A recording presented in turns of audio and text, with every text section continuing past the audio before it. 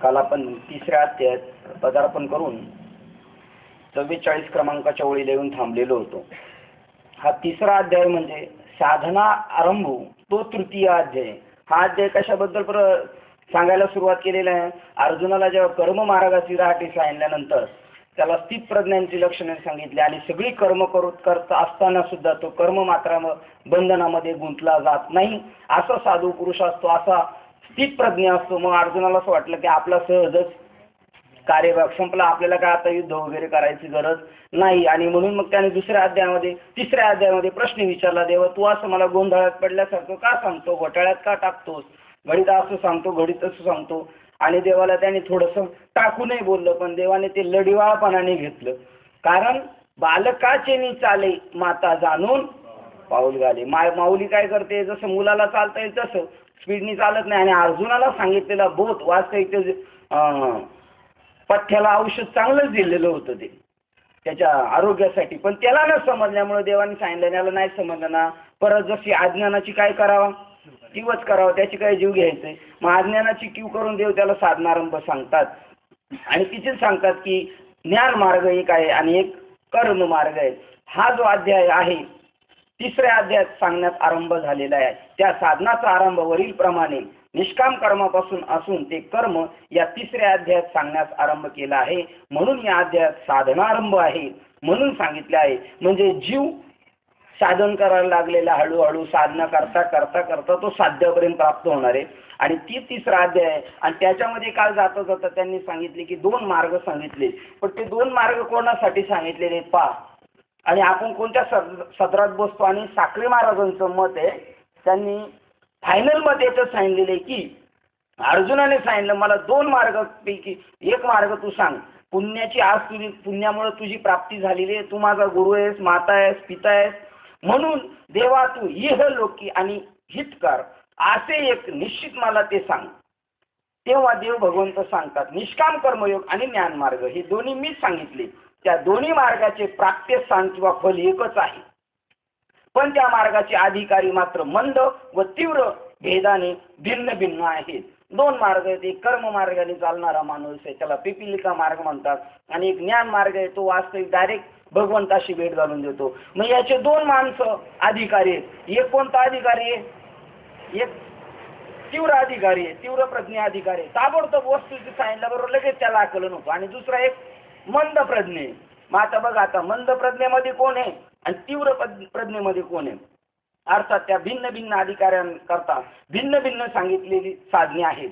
त्या 2 मार्गात पिपिलिका आणि विहंगम याच्या गती इतके अंतर आहे. तसे या दोन्ही मार्गाचे शेवटचे प्राप्त्यस्थान एकच आहे, आणि शेवटचं स्थान म्हणजे मोक्षच मिळवणे. मंद अधिकाऱ्यास ज्ञान मार्गाचा अवलंब करण्याचा उपदेश करणे उचित ठरणार नाही. कोणाला? त्यामुळे मंद अधिकाऱ्यांनी स्वतःही स्वीकारलेलेच आहे. काय आम्ही मंद अधिकारी, आम्हाला तुमचं काही नको, ते ज्ञान नको बाबा, आम्हाला आमचं चाललंय ना तेच बरं आहे. कारण कर्म करणे न करणे आपल्या इच्छेनुसार आहे, आणि हे उगाच व्यर्थ बोलणे होय. म्हणून निष्कर्मी स्थिती प्राप्त व्हावी म्हणून प्राप्त कर्म आपापल्या अधिकारानुसार सांगितलेले आहे. काल आपण जाता जाता कुठे आलेलो होतो, तर त्यांनी सांगितलं 2 मार्ग आहेत आणि त्याच्यामध्ये एक मार्ग सांगितला की तो ताबडतोब मोक्षाला प्राप्त होतो. तो आमच्या साधू संतांचा संप्रदाय. आमच्या संप्रदायाला नाव नाही, उलट संप्रदायाला नाव ठेवून त्या संप्रदायाला संकुचितपणा आणलेलं आहे. नाही चैतन्य संप्रदाय नाही, किंवा प्रकाश संप्रदाय नाही, किंवा स्वरूप संप्रदाय नाही, किंवा आनंद संप्रदाय नाही. ही प्रत्येकाने आपापल्या मनाला आली तशी नावं ठेवत गेलेली आहेत. वास्तव एकच आहे, जो परंपरेने चालत आलेला संप्रदाय भगवान कृष्णापासून चालत आला. ते भगवान कृष्ण म्हणतात माझ्याही पेक्षा अगोदरपासून चालू आहे, सूर्यापासून चालू आहे. तो मनूला सांगितला, इक्ष्वाकूला सांगितला, त्याचे मधले बरेच राजर्षी जाणते होते, पण आता मात्र तो काळ लोपलेला आहे. आणि आजही तीच परिस्थिती आहे. तो काळ लोपलेला असल्यामुळे कोणाच्या बाबाच्या नावाने काही काहींचे संप्रदाय आहेत, काही बाबाच्या गावाच्या नावाने संप्रदाय आहेत. म्हणजे संप्रदाय म्हणजे कशाला म्हणतात हल्ली? समुदायाला संप्रदाय लोक म्हणतात. आणि आपल्या बाबाच्या भाषेत संप्रदाय म्हणजे अनंत काळापासून, म्हणजे अनादी काळापासून जी चालत आलेली विद्या, ती सांप्रत आता सुद्धा जशीच्या तशी अनुभवाला येते. आणि तिची दाय म्हणजे संप्रदाय म्हणजे त्याची काय करणे? सेवा करणे, त्या अनुष्ठान करणे, त्या सांप्रत काळात सुद्धा त्या अनादिकाळच्या ज्ञानाचं अनुष्ठान करणे म्हणजेच सेवा करणे, त्याला संप्रदाय म्हणतात. आणि असा संप्रदाय इथे जाता जाता त्यांनी सांगितला आणि 2 उदाहरणं दिली आपल्याला. मग आता त्यांचं असं आहे, जसं बालवाडीमध्ये पोराची छोट्या KG मध्ये त्याची परीक्षा घेतली जाते आणि त्याला निवडला जातो त्याला आत घेतात. मग आता सगळे भारताचेच नागरिक आहे, किंवा पोलीसच्या याला, नेव्हीच्या भरतीला, मिलिटरीच्या भरतीला सगळे भारताचेच नागरिक आहे. सगळ्यांचं उद्दिष्ट तेच आहे का, देशाचं संरक्षण करणं. पण त्याच्या योग्यतेनुसार तो आपली जागा तिथं मिळवतो. तसं इथं त्यांनी सांगितलं 2 मार्ग सांगितले. एक ज्ञान मार्ग, काय मोठेपणा आहे मोठ्या माणसांचा, आणि किती खुल्या मताने त्यांनी सांगितलेले 2 संप्रदाय पूर्वीपासून चालत आले.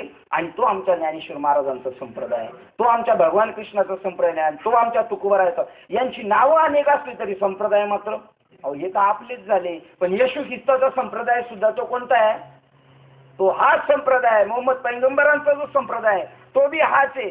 असं विश्वची माझे एवढी व्यापक बुद्धी जेव्हा होईल तेव्हा साधू तत्वाचा बोध थोडासा आपल्याला कळेल. बरं तो थोडा झाला ना तरी त्याला हळूहळू काय होतं, त्याची वृद्धिंगत होत जातो आणि आपण व्यापक तत्वाला जाऊन भेटलो जातो.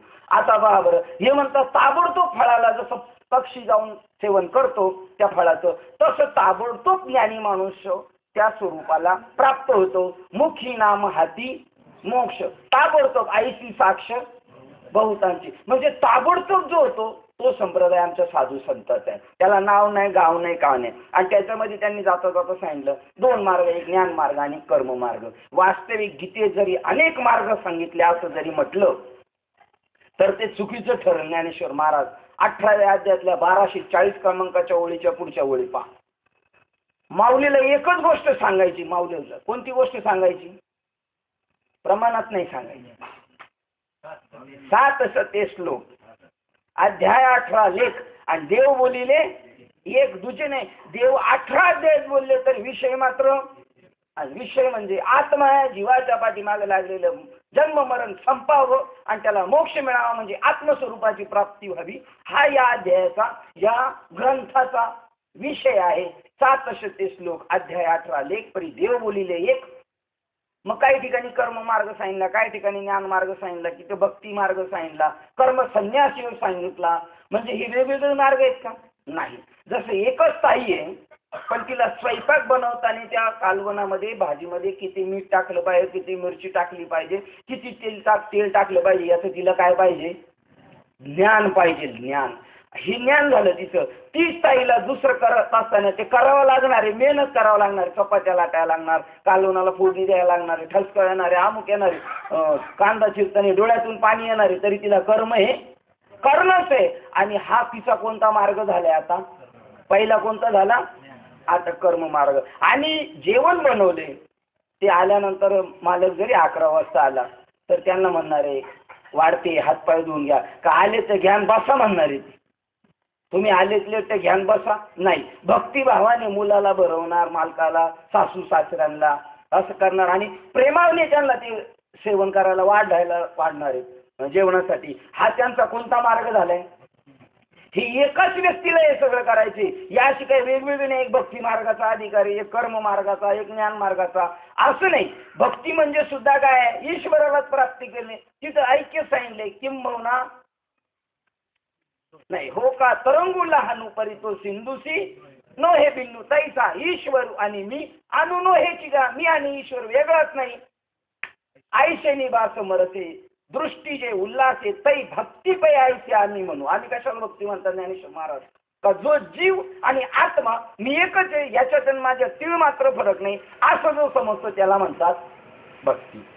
आणि ज्ञान सुद्धा काय करतं, ज्ञान सुद्धा जीव ब्रह्म ऐक्य ज्ञान, म्हणजे ते काय करतं, ऐक्य साधलं जातं. आणि प्रत्येक अध्यायाला योग हा शब्द लावलेला आहे. योग, योग या शब्दाचा अर्थ आहे जोडणे. प्रत्येक कोणत्या ना कोणत्या मार्गाने त्या जीवाला स्वरूपाशी जोडले. आता इथे सांगताना त्यांनी सांगितलं 2 मार्ग सांगितले. एक पिपिलिका मार्ग, हळू जाऊ द्या. जेव्हा आमचं आपल्याला म्हणतात काही लोक, अहो कधी माळ घालणार, जाऊ द्या आमच्या नशिबात असेल तर घालू आम्ही माळ. ठीक, माऊली आले ना, माऊली येऊन गेले झटकनी, तुम्हाला नाही समजलं माऊली आलेली. म्हणजे माळ आमच्या नशिबात असेल तर आम्ही घालू. म्हणजे हा कोणता मार्गाचा आहे? कर्म मार्ग. याचा अर्थ कर्म मार्ग म्हणजे याचं कर्म अजून काय नाही झालं, उदयाला नाही आलं. कर्म उदयाला यावं लागतं, तेव्हा साधूची भेट आहे. जोपर्यंत कर्म शिल्लक आहे तोपर्यंत देऊन अजून 4 तास देवाच्या घरातलेच राहू. साधूच्या घरातली मी किती माणसं पाहिली, गाळत माळच नाही. बाबा गावोगावी जातात लोकांना माळ घालायला, पण बाबाच्या घरातल्यांच्या गळ्यात. त्याचं कारण का? त्यांना काय पोटतिडीच नाही का? ते जगासाठी एवढं पावतात. मग पण त्याची अजून काय, आईशी कर्म साम्य दशा जेव्हा एक होईल त्यावेळेला श्री गुरु आपैसा भेट देईल. पण जोपर्यंत कर्म साम्य दशा नाही तोपर्यंत संतांचे ते आप्त नवती ते पावर काय त्यांच्याच घरातले तरी नाही. म्हणजे जोपर्यंत कर्मसम्य दशा येत नाही तोपर्यंत म्हणजे यांचे जन्म शिल्लक आहेत. त्यांना मात्र हेच करावं लागेल, त्यांचं सृष्टीच्या उपक्रमात काहीतरी नियोजन भगवंताने ठरवलं. यांना काहीतरी अजून बऱ्याच लोकांना सोडायचं आणायचं. आता आपली सुट्टी झाली 6लाच, पण अजून काही गाड्या चालू आहेत, त्या चालूच ठेवाव्या लागतील. रात्री 12-1ला सुद्धा रिक्षा चालूच ठेवाव्या लागतील, कारण भगवंताला नियोजन करायचंय. आणि ही सुद्धा काय माहिती का, ही सुद्धा आपली सेवा आहे. तया सर्वात्मक ईश्वरा. हे जे तुम्ही गाडी घेऊन जाताय, जसं काल यांना सांगितलं साड्या घ्यायला गेले का तो म्हणतो ग्राहक ही मेरा ईश्वर आहे. मग आपल्या गाडीत बसणार कोण आहे? ईश्वर आहे.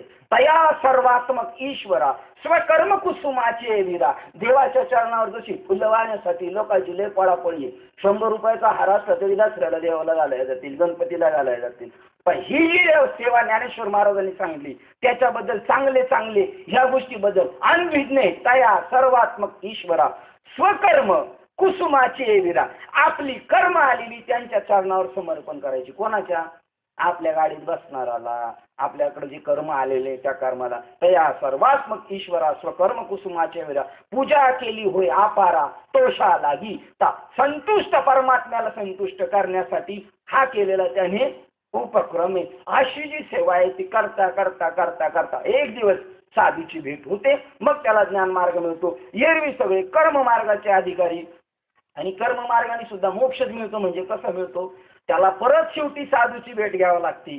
साधूची कृपा होती आणि साधू ज्ञान देतो, त्या ज्ञानानेच मोक्ष मिळतो. बाकी कशा ब्रह्मज्ञानाविने न चुकती याता याती आणि न पाळवी मुक्ती गुरुविन. गुरु केल्याशिवाय मुक्ती मिळत नाही, ज्ञान भेटल्याशिवाय मुक्ती भेटत नाही. आणि असा हा 2 मार्गातला एक मार्ग म्हणजे श्रेष्ठ कोणता आहे? मग श्रेष्ठ ज्ञान मार्ग आहे. आणि म्हणून ज्ञानेश्वर महाराजांनी ज्ञान सांगितलं. याच्यामध्ये ज्ञान आहे आणि किती दगडबुद्धीचा असला तरी ज्ञान होय अज्ञानाची आईसा ज्ञान होय मूढा अति मूर्ख. त्या दगडातल्या दगडाला आत्मज्ञान होईल आणि तो स्वरूपाला प्राप्त होऊ शकतो. असं ज्ञान आहे. ते ज्ञान न स्वीकारता जर जीव हा संसार बंध जर टाकायला गेला तर आयुष्य त्याच्या पाठीमागचा सुटू शकत. 15व्या अध्याय सांगितलं वाचून ज्ञानाविन एक उपाय करशी जितुकी. ज्ञान सोडून ती अधिकच गुंफशी रुखी आहे. या संसाराच्या दलदलीमध्ये ज्ञान मार्ग सोडून जर दुसऱ्या साधनाचा मार्ग केला तर अजूनच गुंतशील. म्हणजे जसं एखाद्याचा पाय एक पाय चिखलात गुंतलाय आणि तो निघतच नाही, म्हणून तो काढण्यासाठी त्याने दुसरा पाय त्याला जोर लावला पहिला काढण्यासाठी, तर पहिल्यापेक्षा दुसरा काय झाला? जास्त गुंतला. तसं आहे पैसा ज्ञानाची दिठी माते जो सेवी किरीटी तो होय ब्रह्म साम्राज्याच्या नाही माहिती. पैसा ज्ञानाची दिठी जो सेवे माते कीर्ती तो ब्रह्म साम्राज्याच्या वरती चक्रवर्ती राजा होईल. ब्रह्म साम्राज्यातला चक्रवर्ती राजा होईल. किंवा माते नेनुनी भजन ते वायाची का आणि आण. म्हणून कर्माचे डोळे ज्ञान निर्दोष व्हावे तो ज्ञान मार्ग इथं प्रसिद्ध सांगितलेला आहे. अशा प्रकारे त्यांनी सांगितलं जसा पक्षी एका उड्डाणाबरोबर झाडाचे फळ प्राप्त करून घेतो, पण त्याच वेगाने मनुष्यास ते फळ कसे प्राप्त करून घेता येईल सांग बरे. आणि इथं मात्र आपल्यातले बरेच लोक इथे येऊन थांबले. माणसाला कसं काय जमल? म्हणजे हे ज्ञान माणसाला जमणार नाही का? त्या माणसाला जर त्या मार्गाने गेला तर ते फळ त्याला ताबडतोब भेटू शकतो. आणि पक्षाला जसं फळ भेटायचे तसं आपल्याला बी मानवी जीवनात फळ प्राप्त करायचं. कोणतं?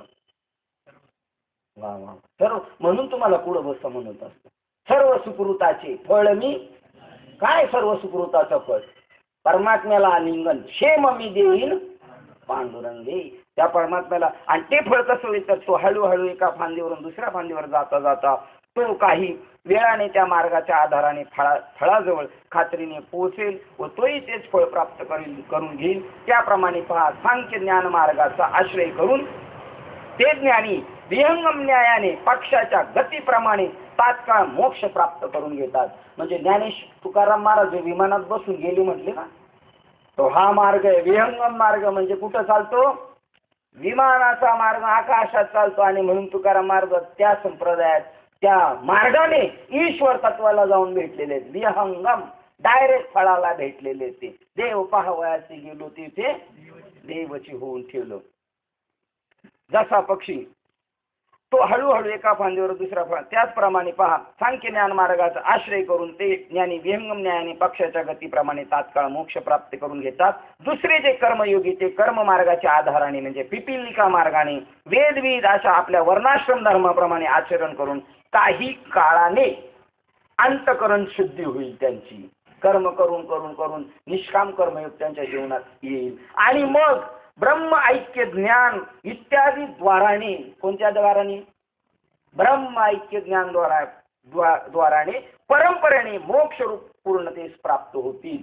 म्हणजे दोघं पण एकाच ठिकाणी जाणार आहे. आणि दुसऱ्याला जे जायचंय त्याला पहिल्याच्या वर्गातूनच जायचंय, दुसऱ्याचा दुसरा वर्ग नाही. जसं लोक म्हणतात कुठून गेलं तर पंढरपूरमध्ये जाते माणूस, तसं नाही. जेवायचं असलं तर या शरीराला 9 द्वार उघडे आहेत, पण जेवायचं असलं तर तोंडानेच जेवायचं. ज्ञानेश्वर महाराज म्हणतात जर घास खायचा आहे तो तोंडानेच खायचा, श्वास घ्यायचा आहे तो नाकानेच घ्यावा. त्याप्रमाणे जो मार्ग आहे परमात्म्याकडे जायला तो एकच मार्ग आहे, तो म्हणजे ज्ञान मार्ग. ईश्वराला प्राप्त करणं, ज्ञानाशिवाय देव करणार नाही. ज्ञान म्हणजे ब्रह्म ज्ञान. इथपर्यंत काल आपण येऊन थांबलेलो होतो. आता पुढील विषयाकडे वळूया. शिवाय कोणीही मनुष्य वेदविहित कर्माचा आरंभ न करताच आरंभापासून विहित कर्म प्राप्त कर्मे टाकून देईल. व जर सिद्ध ज्ञानाप्रमाणे आपण नैष्कर्म्य होऊ म्हणेल तर ज्ञानाने त्या कर्महीनास तर निश्चयाने त्या कर्महीनास नैष्कर्म्य स्थितीस प्राप्त होता येणार नाही. कितीतरी लोक आहे बघा, आता ते म्हणतात ते बाबा लोक फिरत होते म्हणून आपणही फिरायला लागले तर त्यांना ज्ञान कर्म मार्ग मिळणार नाही. ते म्हणले बाबालाच काही कर्म नाही, बाबा कसे फिरतात तसे आपण फिरू. तर कर्म टाकून नैष्कर्म्य स्थितीत प्राप्त होता येत नाही. कर्म करायचं आणि त्याच्या फळाचा त्याग करायचा आहे, त्याला नैष्कर्म्य स्थिती म्हणतात. मुळात कर्मच न करणे त्याला नैष्कर्म्य कर्म नाही म्हणत. ते म्हणतात शिवाय कोणीही मनुष्य वेदविहित कर्माचा आरंभ न करताच कर्म करायचं, त्याचं फळ नको म्हणायचं, न करता आरंभापासूनच वीज प्राप्त कर्मे टाकून देईल. अर्जुन तेच करत होता. म्हणला मी लढाईच करत नाही, प्राप्त कर्म टाकून देत होता. वेदविहित कर्माचा आरंभ नव्हता करत, कारण वेदाने ज्या अर्थी तुला क्षत्रिय जन्मात पाठवले, कारण वरून निवड होऊन पाठवत असतो देव. जसा साधा एखादा पिऊन भरायचा असेल ऑफिसमध्ये, शिपाई ठेवायचा असेल, क्लार्क ठेवायचा असेल, सुपरवायझर ठेवायचा असेल तर त्याची सुद्धा काय होते? इंटरव्ह्यू होते. त्याची सुद्धा परीक्षा त्याच्या योग्यतेनुसार त्याला ठेवतात. का जो इंटरव्ह्यू घ्यायला त्याच्या मनात आलं यांना ठेवायचं साहेब, याला ठेवायचं शिपाई, त्याच्या योग्यतेनुसार. तसं देव प्रत्येकाच्या योग्यतेनुसार त्या त्या वर्णाश्रम धर्मामध्ये त्या जीवाला टाकतो. त्याचं कर्म चांगलं असेल जरा उच्च दर्जाचं तर ब्राह्मण याच्यामध्ये, त्याच्यापेक्षा थोडंसं लो असेल तर क्षत्रियामध्ये, त्याच्यापेक्षा थोडं लो असेल तर वैश्यामध्ये, त्याच्यापेक्षा थोडं लो असेल तर शूद्रामध्ये. असं देव त्याचं नियोजन करतो. आणि त्यांनी त्याच्या वाट्याला आलेलं वेदविहित कर्म म्हणजे ते वेदाने निवड करून त्याला तिथं पाठवलंय ईश्वराने. त्याने तिथं ठेवल्याप्रमाणे जिथं आपल्या ठेवले ते काम करायचं. आरंभापासून विहित कर्म प्राप्त टाकून देऊन जर सिद्ध ज्ञानवानाप्रमाणे आपण नैष्कर्म्य होऊ म्हणेल तर निश्चयाने त्या कर्महीनास नैष्कर्म्य स्थिती प्राप्त होणार नाही. आणि म्हणून मग साधू संत नाही काम करते म्हणून आपणही मोकाट फिरायला लागलो. आणि अशा वेळेत मोकाट फिरणारे कुठे नैष्कर्म्य स्थिती झाली? अपेक्षा कुठं संपलेल्या आहेत?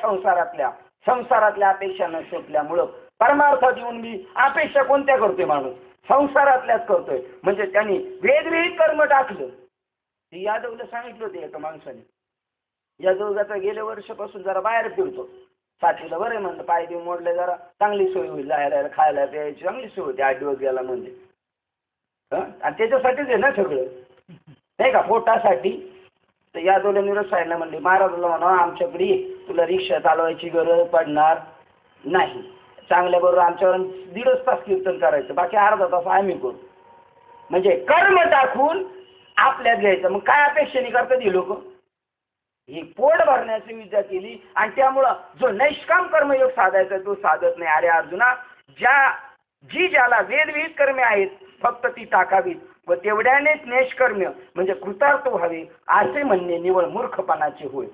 कर्म टाकायचं आणि म्हणायचं आम्ही निष्काम झालो, असं नाही. कर्म सगळी करायची आणि मग निष्काम व्हायचं. पहा, नदी दुथडी भरलेली आहे व ती उतरून पलीकडे जाण्याची तीव्र आवश्यकता आहे. तेथे नावेचा त्याग करून जाऊ म्हटले तर कसे जाता येईल सांग बरे. पावर दुथडी नदी भरलेली आहे आणि तिकडे जायचंय, अंगबळाने अनासं पोहून जाता येईल का? बघा डायरीमध्ये एक प्रमाण आहे. तसं मिथ्या कर्म जरी कळले, बघा साधूला कळलं, तो साधू या तीरावरून त्या तीरावर जाऊन पोचलाय तरी त्यांनी मोडू नये नाव तरल्याने पार. मागील आधार बहुतांशी कर्म करूनच जीवाला निष्काम कर्म स्थिती प्राप्त होते आणि नैष्कर्म्य स्थिती प्राप्त झाल्यानंतर साधूची भेट होते. ज्या पायरी येते आणि साधूनी मग पुन्हा गाडीत घालून घेतो स्वतःला. जशी बैल आहेत ना, दुपारच्या टायमाला सोडली कुठं गावाला गेलो आपण तर, आणि परत शेतकरी आला. शेतकरी फक्त काय करतो, ती धुरी वर केली का ती जू आलं का ते बैलांना नंतर बोलवावं सुद्धा लागत नाही. ती बैल काय करतात, आपोआप येऊन माना घालतात का नाही. तशी कर्म मार्गातली लोक आहेत, त्यांना त्या संसाराची अपेक्षा आहे, त्यांना असं म्हणावंच लागत नाही, ते परत येऊन मागे घालतात. पण साधू मुद्दाम त्यांच्यासाठी तुका म्हणे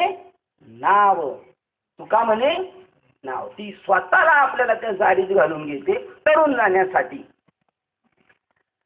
नदी दुथडी भरलेली आहे व ती उतरून पलीकडे जाण्याची तीव्र आवश्यकता आहे. तिथे नावेचा त्याग करून जाऊ म्हटले तर कसे बरं जाता येईल सांग बरे. किंवा भोजनापासून ज्या तृप्तीची इच्छा आहे त्याला स्वयंपाक न करून कसे चालेल. म्हणजे स्वयंपाक करायचा म्हणजे कर्म करायलाच आणि मगच तृप्ती भेटेल. अथवा स्वयंपाक करून तयार असलेले अन्न न खाता कसे चालेल. तृप्ती कशी प्राप्त होईल सांग बरे. जोपर्यंत निरीक्षता प्राप्त झाली नाही. काय वाक्य आहे, संसारातून आपण निरीक्षक झालं पाहिजे, कोणतीच इच्छा नाही राहिली पाहिजे.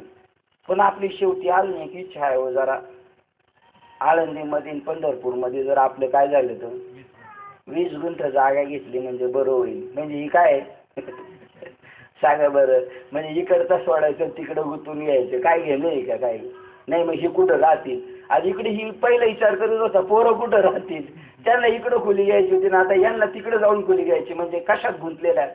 पहा ज्ञानेश्वर महाराज 18व्या अध्यायात सांगतात, निसंगाला सुद्धा फाशी घातली.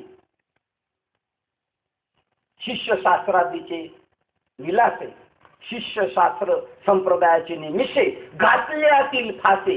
निसंग झाले होते, घरदार टाकून गेले, पण तिथं शिष्य संप्रदाय वाढवला, आश्रम वाढवला.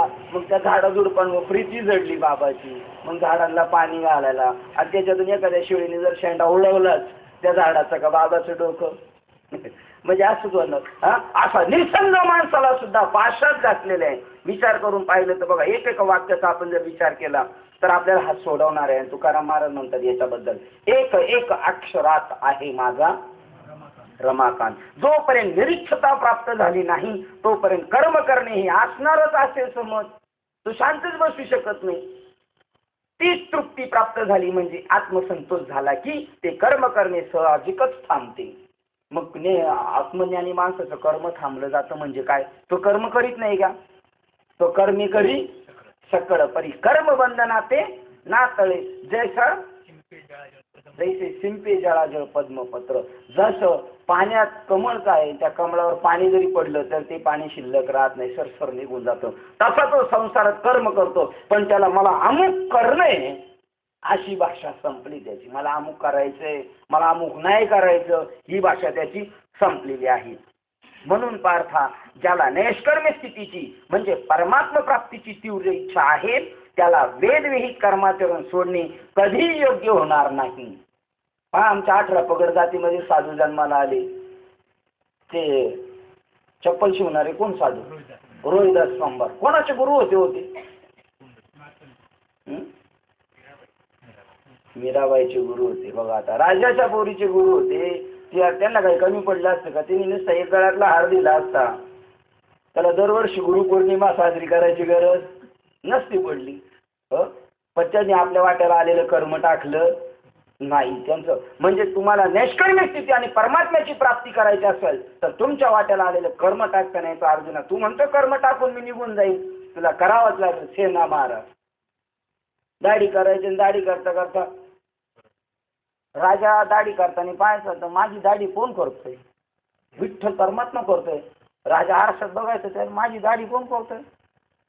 विठ्ठल परमात्मा. त्याच्याकडे पाहिला का कोण दिसायचा? शेणा महाराज म्हणलं काय माझं डोकं फिरलं काय? हे अशी यांची कर्म करायचे हे लोक, पण त्या कर्मापासून मागं सरले नाही. कारण ते कर्म कोणाचं करतोय बरं? हा याला तो दिसतोय. कोणाला? राजाला विठ्ठल परमात्मा दिसतोय दाढी करताना. पण सेना महाराजाला राजा कोण दिसत असेल? पांडुरंग दिसणार. कारण जे दर्पणी बिंबले ते आपली जशी बुद्धी असेल तशी आपल्या बसणाऱ्या शेजाऱ्याची बुद्धी होत असते. आपलीच बुद्धी जर खोटी असेल. एकदा एक राजा कीर्तनाला गेला राजा, आणि राजा कीर्तनाला गेला पुढं बसा म्हणला तर बाजूला कोणाच्या बसला होता? तो लाकडाच्या वखारवाल्याच्या बाजूला बसला होता. आणि तो लाकडाची वखार कशाची होती? त्याची चंदनाची वखार होती, चंदनाची. आता चंदनाची लाकडं कोण घेते? तो कीर्तन ऐकताना तो लाकडाच्या वखारवाला म्हणतो, जर राजा मेला तर माझा लाकडाचा धंदा चांगला होईल. कारण राजाला कसे जातात, आपलं चांगला मोठा धंदा होईल. म्हणला मोठी पार्टी भेटल. आणि त्यावेळेला राजाच्या मनात विकल्प आलाय. राजा म्हणला याला पूर्ण जर हे संपलं तर हा सगळा पैसा राष्ट्रीय तिजोरीमध्ये जमा होईल. आता दोघांची चित्त लागलेत व कीर्तनात. मग राजा घरी गेला आणि राजा विचार करू लागला. का माझ्या डोक्यात असली गाण्याचे विचार आले? त्यांनी विचार केला. आणि साधू जो आहे तो काय करतो? विचार करतो. आणि यालाच म्हणतात चांगला विचार केला. मग त्यांनी विचारलं, म्हणला चला साधू जो आहे ना कबुली देत असतो चुकीची, त्याला दुसऱ्या दिवशी बोलून घेतलं. त्याला विचारलं, महाराज तुमच्याविषयी मी वाईट विचार केला. म्हणजे राजा त्याला म्हणतो बरं का महाराज वखारीवाल्याला, महाराज माझी चूक झाली, मी रात्री तुमच्याविषयी खूप वाईट विचार केला. म्हणले हे मेले, माझं चित्तच लागलं नाही कीर्तनात, पण असं नको व्हायला म्हणून मी कबुली जबाब देतो. म्हणला राजेसाहेब चूक तुमची नाही, चूक माझी. म्हणले वान नाही, पण काय लागलं माझं तुम्हाला? मीच विचार केला होता. राजा संपला तर मग राजा माझा काय विचार करणार रे? बुमरँग होणारच होणार आहे की नाही? त्याप्रमाणे आपल्या वाट्याला आलेले जे कर्म आहे ते कधीच टाकायचं नाही. ज्याला नैष्कर्म्य स्थितीची प्राप्ती करून घ्यायची. ते इथून कुठे गेलो होतो आपण? जसं राजाला हा विठ्ठल दिसत होता सेना महाराज, तसं सेना महाराजाला कोण दिसणार आहे? पांडुरंग दिसणार आहे. म्हणून पार्था ज्याला नैष्कर्म्य स्थितीची म्हणजे परमात्म्याची परमात्मा प्राप्तीची तीव्र इच्छा आहे त्याला वेदविहित कर्माचरण सोडणे कधीच योग्य होणार नाही. आणि दुसरे असे की आपल्या इच्छेनेच कर्माचा स्वीकार केला की ते घडते व त्याचा त्याग केला की कर्माचा त्याग होतो. असे आहे की काय? आपण जर म्हणलो उद्या नाही जायचं गाडीवर, का आपल्या मनावर का उद्या जायचंच म्हणलं तरी आपल्या मनावर काय नाही. आपण जैसे ज्येष्ठ सूत्राधीन दारुण यंत्र, ते जसं बाहुल्या नाचवतं तसं भगवंत आपल्याला आपल्या कर्माच्या नुसार नाचवणार आहे. आपल्या हातात काहीच नाही, आपण फक्त निमित्ताचे धनी आहे. पण आपला तेवढा विश्वास, आपण म्हणत नाही आपण निमित्ताचे धनी म्हणून, आपण आम्हीच कर्तृत्ववान. आणि दुसरे असे की आपल्या इच्छेनेच कर्माचा स्वीकार केला तर ती घडते व त्याचा त्याग केला तर कर्माचा त्याग होतो. असे आहे की काय? प्रश्नचिन्ह. हे व्यर्थ बहकल्यासारखे काहीतरी बोलणे आहे. अर्जुनाला जे म्हणतं तू बहकल्यासारखं बोलतोय, त्याचा नीट विचारपूर्वक उलगडा करून पाहिला तर नुसते कर्म करण्याचे टाकल्याने कर्माचा त्याग होत नाही असे तू निसंशय पक्के समज. कर्म टाकून दिलं म्हणला मी जातो तर होणार नाही. नुसतं साधू होऊ शकत नाही कर्म टाकून. कर्म करून जीव साधू होऊ शकतो. जसा जनक राजा सगळं करून राजा होता तरी सुद्धा कोण होता? प्युअर साधू होता. जोपर्यंत प्रकृतीचा म्हणजे प्रकृती कार्य देहाधिकाचा संबंध आश्रय आहे तोपर्यंत मी अमुक कर्मानुष्ठान करीन किंवा कर्माचा त्याग करीन हे म्हणणे अज्ञानपूर्वक मूर्खपणाचे आहे. अमुक करीन आणि अमुक करणार नाही हे जे बोलणं कोणाचं आहे? वावरात. कारण जेवढे म्हणून कर्म घडते ते सर्व स्वभावतःच सत्वाधिक गुणाच्या अधीन आहे. सगळी जी कर्म करतात ती कोणत्या गुणाच्या अधीन आहे? सत्वाधिक म्हणजे सत्व अधिक रज आणि तम अशा 3 गुणांमुळे कर्म घडत असतात. म्हणजे असं जसा गुण तसा त्याचं कर्म असणार आहे. असे पहा की जेवढे म्हणून वेद विहित कर्म आहे तेवढे सर्वच्या सर्व आपण द्वेषाने हट्टाने करावयाचे सोडून दिले तरी कर्म करण्याचे देह इंद्रियादी उपाधीचे स्वाभाविक धर्म नाहीसे झाले आहेत असे होईल का? जरी डोळे पाहायचं सोडतील का? कान ऐकायचं सोडणार आहे का? नाही. अरे जी विहित कर्माचा त्याग हट्टाने केला तरी कानांनी ऐकण्याचे बंद झाले आहे की काय? का डोळ्यांनी पाहण्याचे सामर्थ्य की डोळ्यातील पाहण्याचे सामर्थ्य गेले आहे की काय? नाकपुड्या बुजून जाऊन त्या वास घेईनाशा झाल्या आहेत काय? किंवा प्राण अपान वायूच्या गती बंद झाल्या काय? मनाचे संकल्प विकल्प करणे हे पार थांबले आहे काय? अथवा प्राणधर्म भूकत भूक तहान त्याची इच्छा नाहीशी झाली आहे का? किंवा स्वप्न किंवा जागृती या अवस्था बंद झाल्या का? किंवा पाय चालण्याचे विसरले काय? हे सर्व असो पण जन्म मरण चुकले आहे काय? की किती प्रश्न केलेत बघा. हे कोणते व्यापार बघ, हे कोणतेच व्यापार बंद राहत नाही तर मग सोडले ते काय? म्हणून प्रकृतीचा आश्रय करणाऱ्या देह अभिमानाकडून कर्म त्याग कधीही होणार नाही. जोपर्यंत मी देह आहे आणि त्याचा अभिनिवेश घेतलेला आहे कशाचा? देहाचा, तोपर्यंत कर्म त्याग होऊ शकत. आणि याच्यात दुसरं वाक्य आहे सुप्त. सुप्त वाक्य याच्यामध्ये पहा, परत सांगतो, तुम्ही सांगितलं पाहिजे. म्हणून प्रकृतीचा आश्रय करणाऱ्या देह अभिमानाकडून कर्म त्याग कधीही होणार नाही. कोणाकडून होणार नाही? आणि बाकीच्याकडून देह अभिमान टाकला तर होणार ना. सहज ती कर्मे झाली, ती कर्म केली तरी ती कर्म त्याने केली नाही अशी होतात. मी काही केलं नाही. तुकाराम महाराज म्हणतात वेद तुम्ही लिहिले, ते म्हणले आपण नाही लिहिले. म्हणलं खोटं बोल. असंच झालं ते एकदा आळंदीच्या याच्यामध्ये सकाळी थोडा गॅप भेटला होता आणि रात्री एका लेडीजचं कीर्तन झालं आणि नंतर बाजूला वरच्यावर ते बसल्यानंतर एक फेट्यावाले बाबा होते, त्यांच्याबरोबर प्रभाताई बोलायला लागल्या. थोडं बोलल्या तर म्हणलं ताई तुमचं बी कीर्तन झालं पाहिजे. ते नवीनच होते फेट्यावाले. ते म्हणले रात्री माझंच झाले. ताई म्हणल्या वास्तविक त्यांचं झालं. तर बाबा म्हणलं काय खोटं बोलता, मला काय एवढं कळत नाही का? रात्रीच्या बाई वेगळ्या होत्या आणि ह्या बाई वेगळ्या होत्या. माझं ह्या बाईंचा बोलण्याचा आशय कळाला. त्या देह अभिमानाकडून कर्म होत असते पण ज्याचा देह अभिमान गेला त्याने जरी कर्म केले तर तो म्हणतो मी कर्म केले नाही. बघा मग कोणी केले? ईश्वरार्पण बुद्धीने झालेले. आपण नाही, ते गुन्हाकून झालेले, शरीराने केले. मी नाही केले म्हणजे मी त्याला आता कोण समजतोय? तो त्या मीला कोण समजतोय? तो ज्ञानी म्हणतो मी वासुदेव तत्वच आहे आणि देव तर काही करत आणि देव करतो आणि देव मी नाहीये. त्यामुळे तो म्हणतो देहाभिमानाकडून. पहा काय म्हणजे काय मख्खी आहे त्याच्यामध्ये. म्हणून प्रकृतीचा आश्रय करणाऱ्या ज्यांनी प्रकृतीचा आश्रय केलेला आहे आणि जे देहाभिमानी आहेत त्यांच्याकडून कर्म त्याग होणार नाही. पण साधू देह अभिमान विसर्जित अवस्था आहे त्याचा. कायाप्रमाणे बघा अहंकार गेला तुका म्हणे, मग देह अहंकार ज्याचा संपलेला आहे त्याची कर्म राहिलेले नाही. कारण त्याची कर्म धर्म त्यांचा काय झालाय? नारायण झालं. बघा कसं उलट वाक्य. कर्म हे पराधीनपणाने म्हणजे शरीरातील प्रकृतीच्या गुणामुळे होत असते. म्हणून एखाद्याने मी कर्म करीन अगर कर्म सोडील असे अंतकरणाने आग्रह धरणे व्यर्थ होईल. पुन्हा एक पाऊल मागे जाऊ. कर्म हे पराधीनपणाने म्हणजे शरीरातील प्रकृतीच्या गुणामुळे होत असते. कोणामुळे? का आपल्यामुळे होत असते? आधी मग घोटाळ्यात पडायची वाक्य आपल्यामुळे होत असतात का शरीरामुळे कर्म होत असतात? आणि आपण शरीर आहे का आत्मा आहे? मी जो आत्मा आहे तो म्हणाला आपल्यामुळे काय होत नाही. मग शरीर पराधीन, शरीरामुळे कर्म होतात. शरीर पराधीन कशामुळे? गुणामुळे.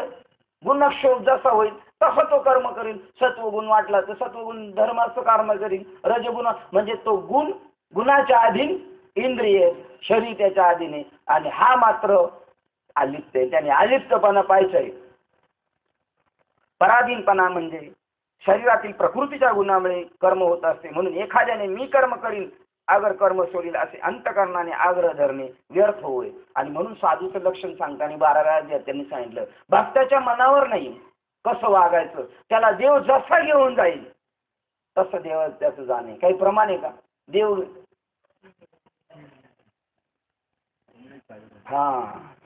समयासी सादर व्हावे, समयासी सादर व्हावे देव ठेविल कैसे राहावे देव ठेविल कैसे राहावे.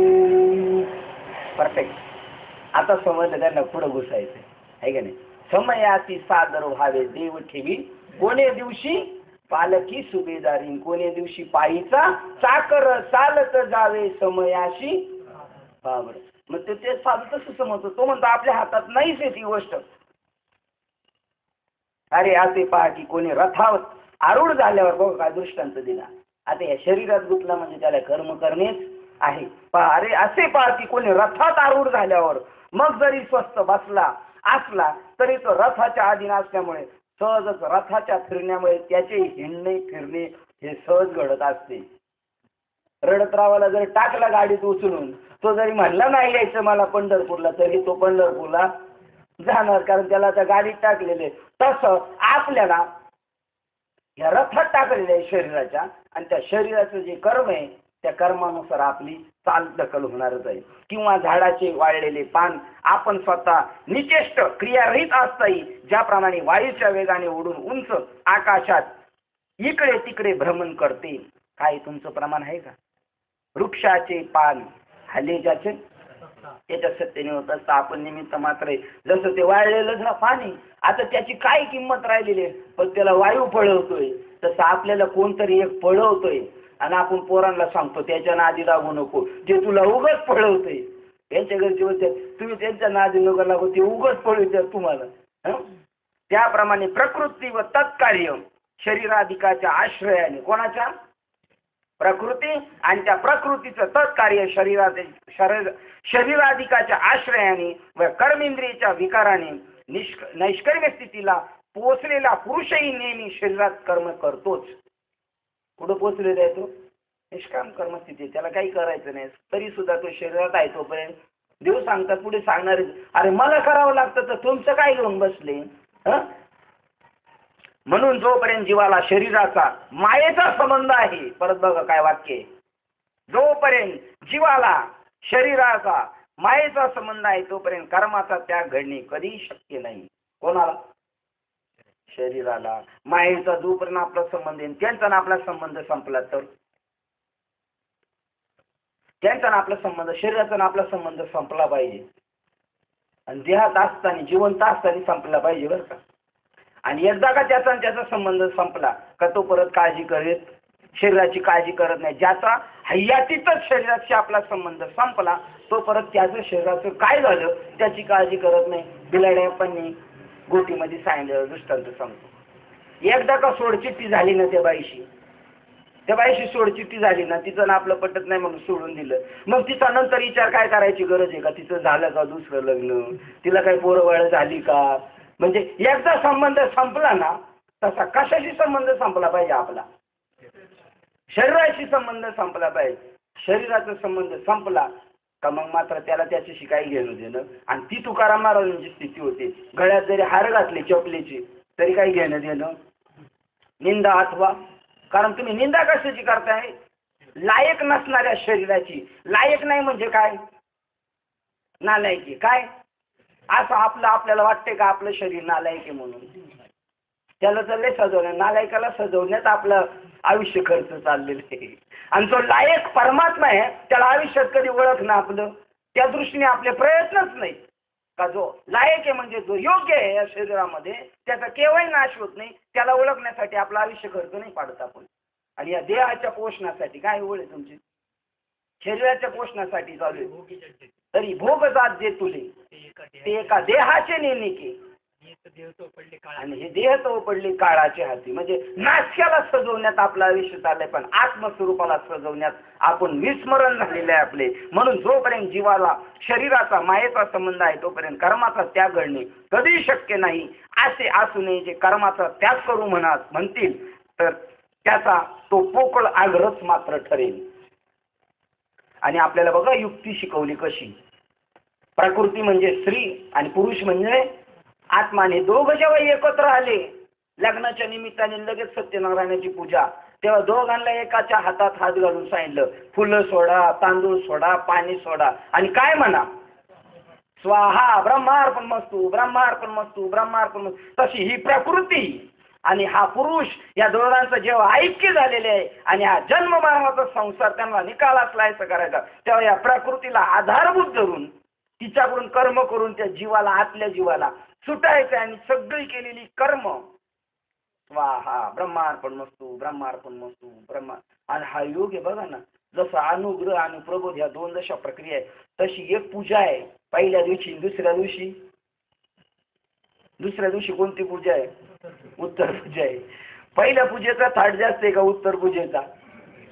पहिलं उत्तर पूजा झाल्याशिवाय पूजा होत, पण पहिल्या पूजेलाच लय अटॅच करावं लागतं. उत्तर पूजा लय झटकन होती. म्हणजे उत्तर पूजा म्हणजे कोणती? बघा बरं काय युक्ती.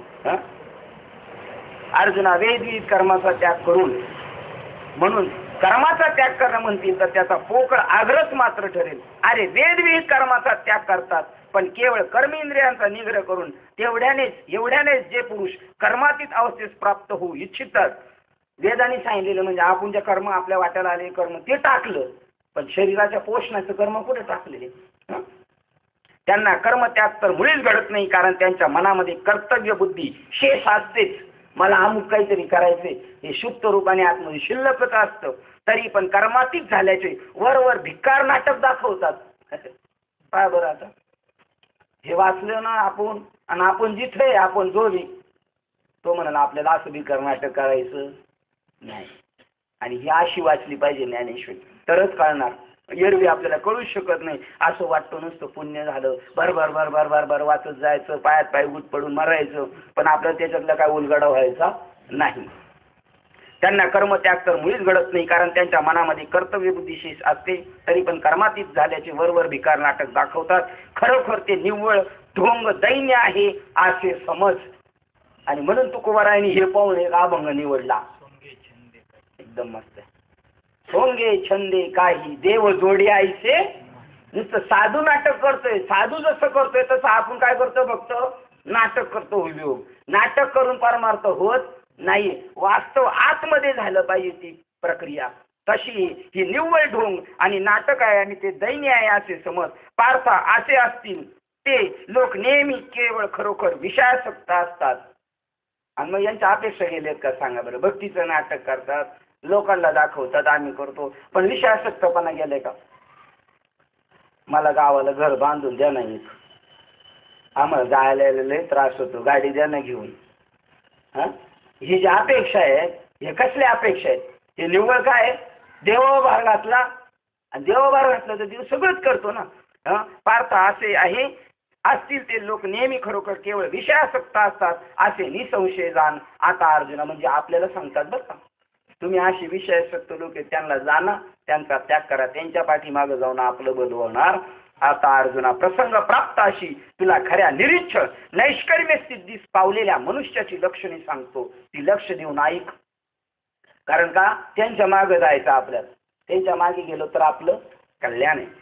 जो अंतर्यामी दृढ ब्रह्म ऐक्य परोक्ष ज्ञानाने निश्चल व परमात्म्याच्या ठिकाणी घडून तल्लीन असतो, आणि तो बाह्यता लोकाचाराप्रमाणे इह लोकातील व्यवहारही करीत असतो, त्याची स्थिती कुठे पहा.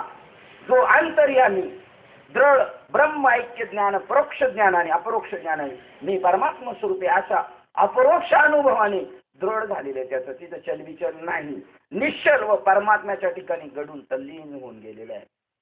आणि तो बाह्यता मात्र लोकाचाराप्रमाणे इह लोकातील व्यवहार करीत असतो.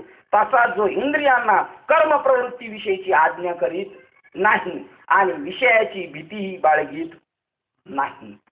कशाला घाबरणार आहे? कारण त्याला 2-3 दिसतच नाही. हे काय चालू झालंय आता अमृत अनुभव चालू झालाय. ज्या वेळेस जी कर्म करावायची त्या सर्व कर्माचा अव्यय अनादर करीत नाही. जे वाटायला येईल ते अनादर नाही. म्हणून चोखा मेळा काय करीत होते काम? चोख्या मेळ्या संगे ढोरे ओढली. आता एखादा बाबा म्हणेल का, जर कीर्तन करायला यायला लागलं तर तो म्हणेल का आता ही ढोरं ओढायची कामं मी करीन, फाडतोड करायची, सजन कशासारखं काम करीत नाही, करू शकत. कारण का त्यांचा ती गोष्ट प्राप्त नाही झाली, पण इथं ते सांगतात ते कर्म मी करीन अशी त्याला सर्व प्राप्त कर्माची अव्हेर किंवा अनादर करीत नाही. कर्मेंद्रिये आपापली कर्मे करीत असताना तो पुरुष त्यांना आवडीत नाही हे खरे, पण इंद्रियाच्या विकाराच्या अधीन किंवा त्यामुळे ते लिप्तही होत. त्यांना त्यांचं काम करून देतो, पण त्याच्यावर आरी जात नाही. तो कोणत्याही वासनेने आकळला जात नाही. आता साहेब मला एकदा म्हणले होते, वासना कशाने म्हणतात? ऐसे आवडते मना देवा पुरवावी. ही बी वासनाचे, पण ही कसली वासना आहे? सज्जनांची भेटी व्हावी. आणि संत चरण रज लागता वासनेचे बीज, ती काम वैश्विक वासना होती, या जन्म मरणाला कारण असणारी वासना होती. अहम ममता द्यास होता, ती वासना संपून जाते आणि ही वासना उदयाला येते आणि ही बी काहीच काळापर्यंत राहते, काहीच काळापर्यंत. ऐसे आवडते मना देवा पुरवावी. आणि हा अभंग केव्हा घेतात? सत्याच्या. हा कोणत्या सत्रातला अभंग आहे? मागणीपर. आता ही जी मागणी मागतात ही आपल्यासाठी मागणी असते का कीर्तनकारासाठी मागणी असते? ही आपल्यासाठी असते, कारण 8 दिवस ज्यांनी केलेलं आहे, आता नाम घेतलेले, माळ घातलेली, चांगली जेवणवी घातलेली, साधू संतांची सेवा केलेली, पण याला परत जाता जाता टच करून ठेवायचं. ही वासना पुढच्या सप्त्यापर्यंत टिकून ठेव. आणि कुठं आजूबाजूला जर कार्यक्रम असला तर जात जा. ऐसे आवडते. काय सुरुवात आहे? सुरुवात काय? देव वसे चित्ती त्यांची घडावी संगती, ऐसे आवडते मना देवा पुरवावी. किती कशी असावी? तिसरं चरण काय? हरिजना सवे भेटे न हो. बघा बरं, थोडी सुद्धा त्यांच्यापासून आमची तुटी होऊ देऊ नको. कोणत्याही वासनेने आकळला जात नाही व त्याचे मन अविवेक रूपी मलाने मलिन होत नाही. कमळाचे पान जसे रात्रंदिवस पाण्यात असून पाण्याने भिजत नाही, त्याप्रमाणे बाह्यता संसारामध्ये राहून तो इतर जनासारखा दिसतो, पण आतून अलिप्त असतो. ज्याप्रमाणे पाण्याच्या संगतीने सूर्यबिंब पाण्याहून अलिप्त असूनही त्याचे प्रतिबिंब मात्र दिसते. सूर्याच्या डबक्यात दिसतंय बिंब, पण त्याचा काही संबंधच नाही, ते शिवलं बी नाही त्याला, पण दिसतंय. तसा तो दिसतो, पण त्याच्याशी एकरूप नसतो. त्याप्रमाणे वरकांती पाहता तो मनुष्य साधारण अज्ञानाप्रमाणे कर्म करणारा दिसतो. बाकी त्याची खरी स्थिती कोणती ते विचारपूर्वक ठरून पाहिले तर त्याच्याविषयी निश्चित अशी कोणतीही कल्पना करवण्याची सोय नाही. आपल्याला काय दिसणार? अज्ञानासारखं दिसणार आहे ना. आशा लक्षणाने जो युक्त असलेला पुरुष तो तुला दिसेल, तोच आशा पाश रहित व तोच मुक्त आहे असे समज. बघता ऐसे जाना. ज्याला या अभंगावर कीर्तन करायचं त्यांनी हा श्लोक पाहायचा. 3ऱ्या अध्यायातला 7वा नंबरचा श्लोक आहे की नाही? आशा लक्षणाने जो युक्त असलेला पुरुष तुला दिसेल, तो आशा पाश रहित व तोच मुक्त आहे असे समज. अर्जुना, तोच तो योगी होय व ज्याची जगात विशेष स्तुती केली जाते. म्हणून तू असा हो असे मी तुला म्हणतो. हे अर्जुनाला काय सांगितलं? नुसतं ऐकण्यावरही घेऊ जाऊ, तू बी असा हो. तू आपल्या मनाला आवरून धर व अंतर्यामी स्थिर बुद्धी हो. मग ही कर्मेंद्रिय आपल्या आपल्या व्यापारात खुशाल प्रवृत्त होत. म्हणून कर्मरहित होणे हे देह अभिमानाला येथे संसारात संभविणे नाही. मग त्याने शास्त्रविरुद्ध आचरण का करावे याचा तू विचार कर. अर्जुन कोणत्या शास्त्राचा विरुद्ध कर्म करत होता सांगा बरं? या अर्जुनाला सांगितण्याचं काम चाललंय सारखं. तू शास्त्रविरुद्ध कर्म करू नको. म्हणजे अर्जुन काय करायला निघाला होता? आता संन्यास घ्यायला निघाला. म्हणतो मी हे कर्म करणार नाही, मी त्यापेक्षा 4000 भिक्षा मागून खाईल किंवा मी लढाई करणार नाही. आणि हे शास्त्रविरुद्ध कर्म आहे. म्हणजे आपल्या वाट्याला आलेले कर्म टाकणं आणि भलतं दुसरं करणं ते चुकीचं आहे. ते तसं तू करू नको. म्हणून जे योग्य व समयानुसार प्राप्त झालेले कर्म असेल ते कर्म तू फल हेतू सोडून अर्थात निष्काम बुद्धीने कर. कर्म कर, पण कसं? निष्काम, फल हेतू सोडून. अर्जुना, निष्काम कर्माच्या चरणातील आणखी एक कौतुक आहे ते तुला माहीत नाही. ते हे की निष्काम बुद्धीने केलेले हे कर्म सर्व कर्मबंधनापासून म्हणजे संसारातून सहजच सोडवणारे होते. याचा फायदा काय? निष्काम कर्मबुद्धीने करायचं आणि फळाची अपेक्षा नाही करायची, पण त्याचा फायदा काय? एवढं जर टाकलं आपण फक्त तर आपल्या मागचं काय सुटणार आहे? 84 लक्ष मरणाचे जन्म मरणाचे फेरे संपणारे. एवढं इथं कर्म करायचं, कर्माच्या फळाची अपेक्षा. बरं, अपेक्षा नाही केली तरी ते मिळणार आहेच निश्चित. फक्त मनातून मात्र त्याची आसक्तीजन्य ती सोडून द्यायची, आसक्ती टाकून द्यायची. थोडा आवाज मारते का जरा वेगळं? बरोबर. याचे कौतुक निष्काम कर्माचरणातील आणखी एक कौतुक आहे ते तुला माहित नाही, ते हे की निष्काम बुद्धीने केलेले कर्म सर्व कर्मबंधनापासून म्हणजे संसारातून सहज सोडवणारी होते.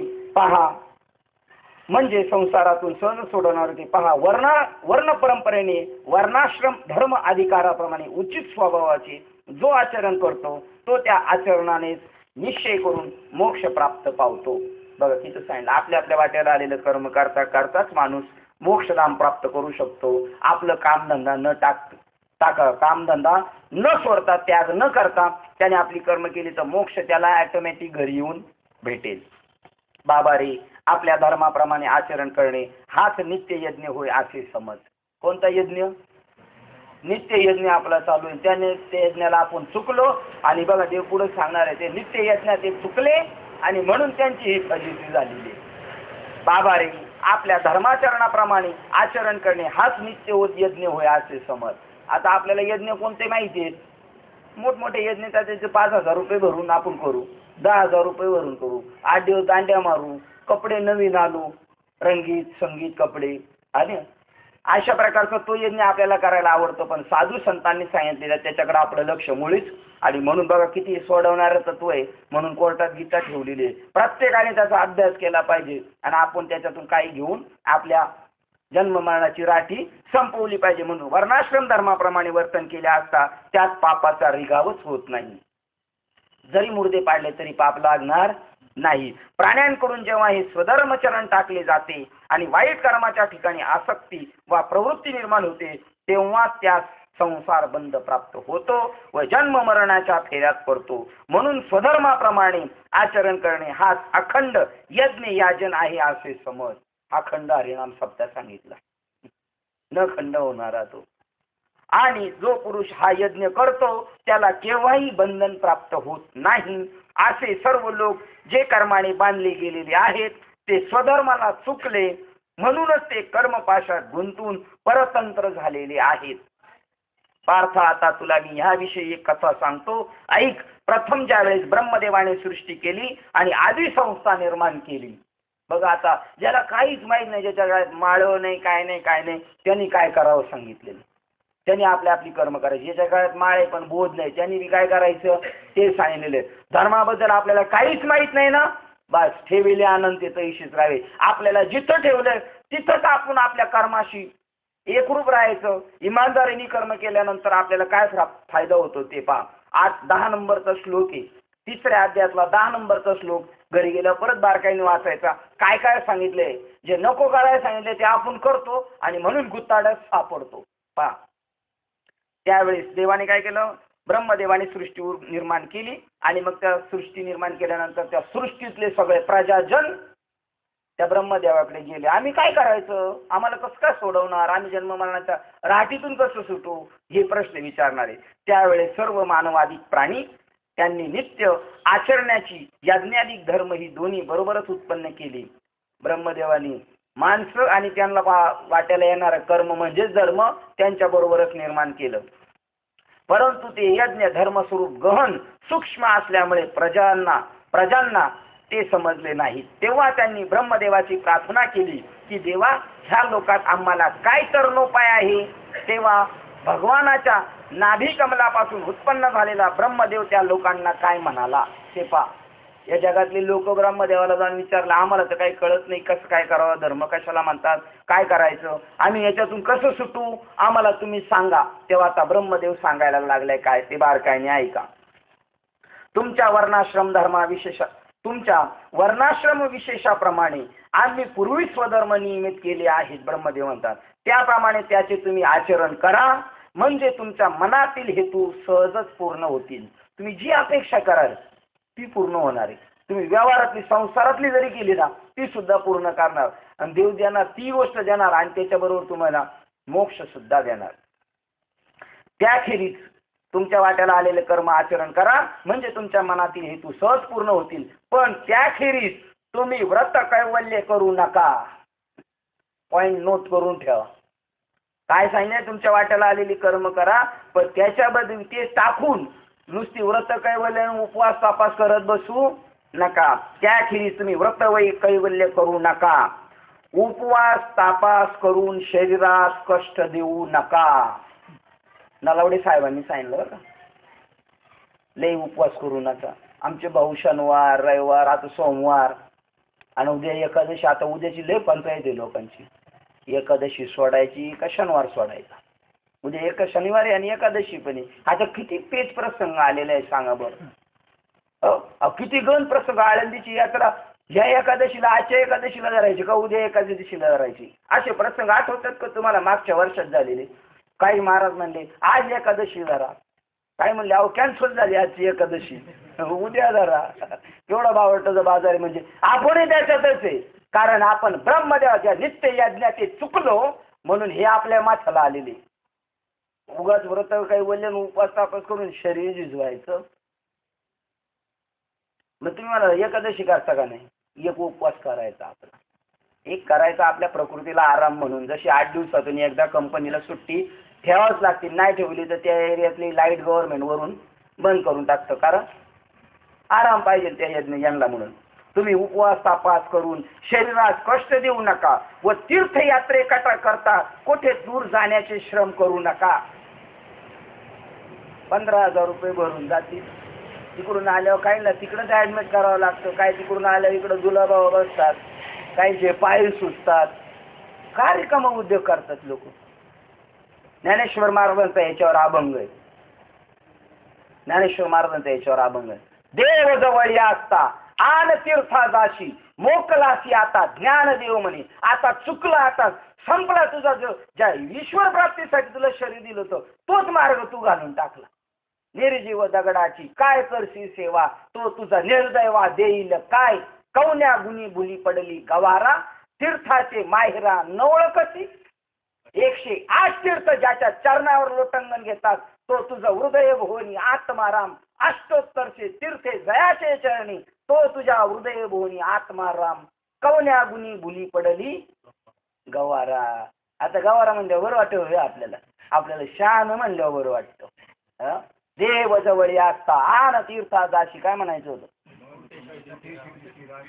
कुठे शोधिशी रामेश्वर कुठे शोधिशी काशी. हृदयातील भगवंत राहिला हृदयात उपवासी. हे भगवंत उपवाशी आणि हा बी उपवाशीचे. तीर्थयात्रेला कुठे दूर जाण्याचे श्रम करू नका. आणि असं जर कीर्तनात सांगितलं तर लोक म्हणतील हे तर उरफाटच सांगायला लागले. सगळे बाबा म्हणतात तीर्थयात्रेला जा. ज्ञानेश्वरी सांगते काय नाही चाललेत काय उद्योग लोकांचे बघा. ये मृत्यू लोकीचे उपराटे राजूबाबांनी प्रमाण दिले.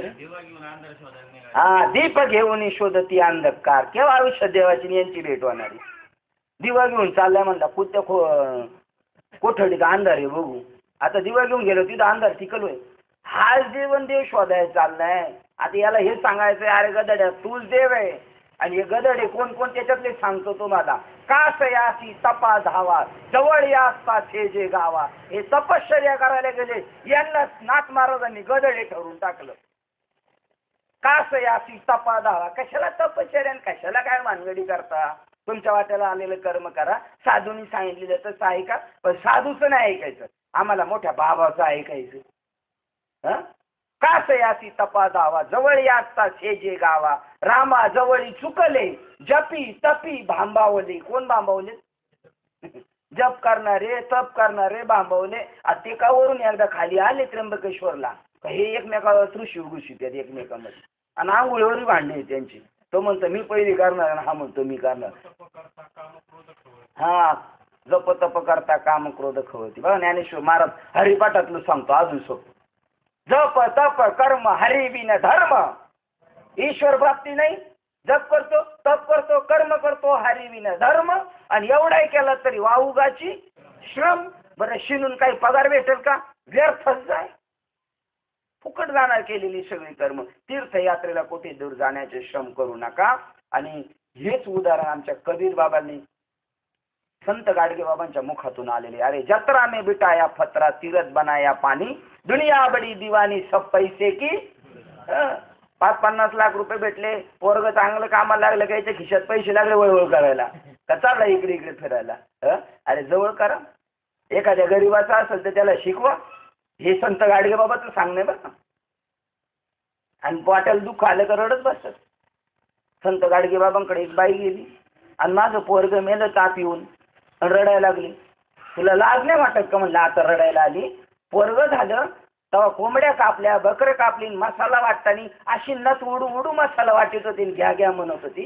दुसऱ्याचं कार्ट कापताना तुला लाज नाही वाटली? आता तुझं मेल्यावर का रडती?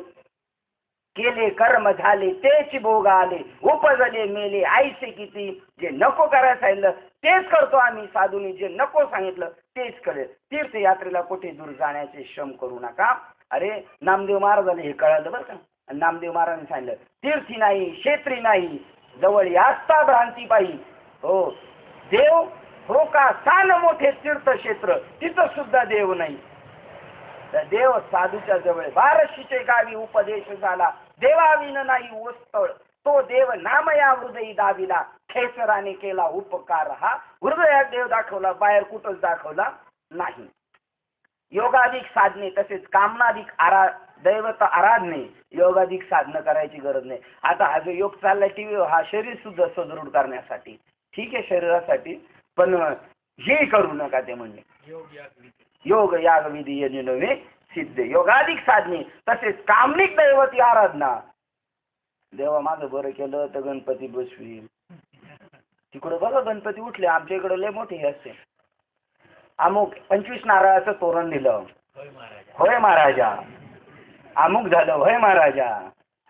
अरे असले कामनाधिक दैव आराधना करू नका. मंत्र तंत्राधिक अनुष्ठाने कदाचित कराल. काय नामदेव महाराज म्हणतात, मंत्र तंत्र लक्ष सांग, मंत्र तंत्र दीक्षा सांगती लक्ष परी प्रत्यक्ष राम कोणी न करी. प्रत्यक्ष राम दावीन धरीन त्याचे पाय, अनेकांची काय चाड मत. बाकीच्यांशी काय घेणं देणे? मंत्र तंत्र अमुक करतो तमुक करतो सांगतो, काही घेणं देणं नाही. मंत्र तंत्र अधिक अनुष्ठानी कदाचित कराल तर करण्याच्या नादी लागू नका. कराल पण करण्याच्या नादी लागाल पण करू नका. हो बघा, तसेच स्वधर्म टाकून इतर देवात भजू नका. आपल्या वाट्याला आलेलं कामदेव टाकून आणि म्हणलं जातो मंदिरात बसतो घंटा वाजवीत, कशाला? तुझ्या वाट्याला आलेलं कर्म कर. या सर्व गोष्टी धर्म समजू नका. या सगळ्या गोष्टी मंदिरात राहायला गेला तर काय धर्म समजू? तिथं जाऊ त्याच्या डोक्यात काय आहे ते महत्वाचं आहे. आणि आपण संसारात असलो ना, आपल्या डोक्यात जर देव असला तर धन्य पुण्य रूप कैसा झाला संसार. हा मंदिरात असला तर याच्या डोक्यात संसार आहे. पण जर साधू संसारात असला तरी धन्य पुण्य रूप कैसा झाला संसार. देवानी भक्त तुझा नाही विचार, तुझा नाही विचार. धन्य पुण्य रूप कैसा झाला संसार. या गोष्टी सधर्म टाकून देवात भजू नका.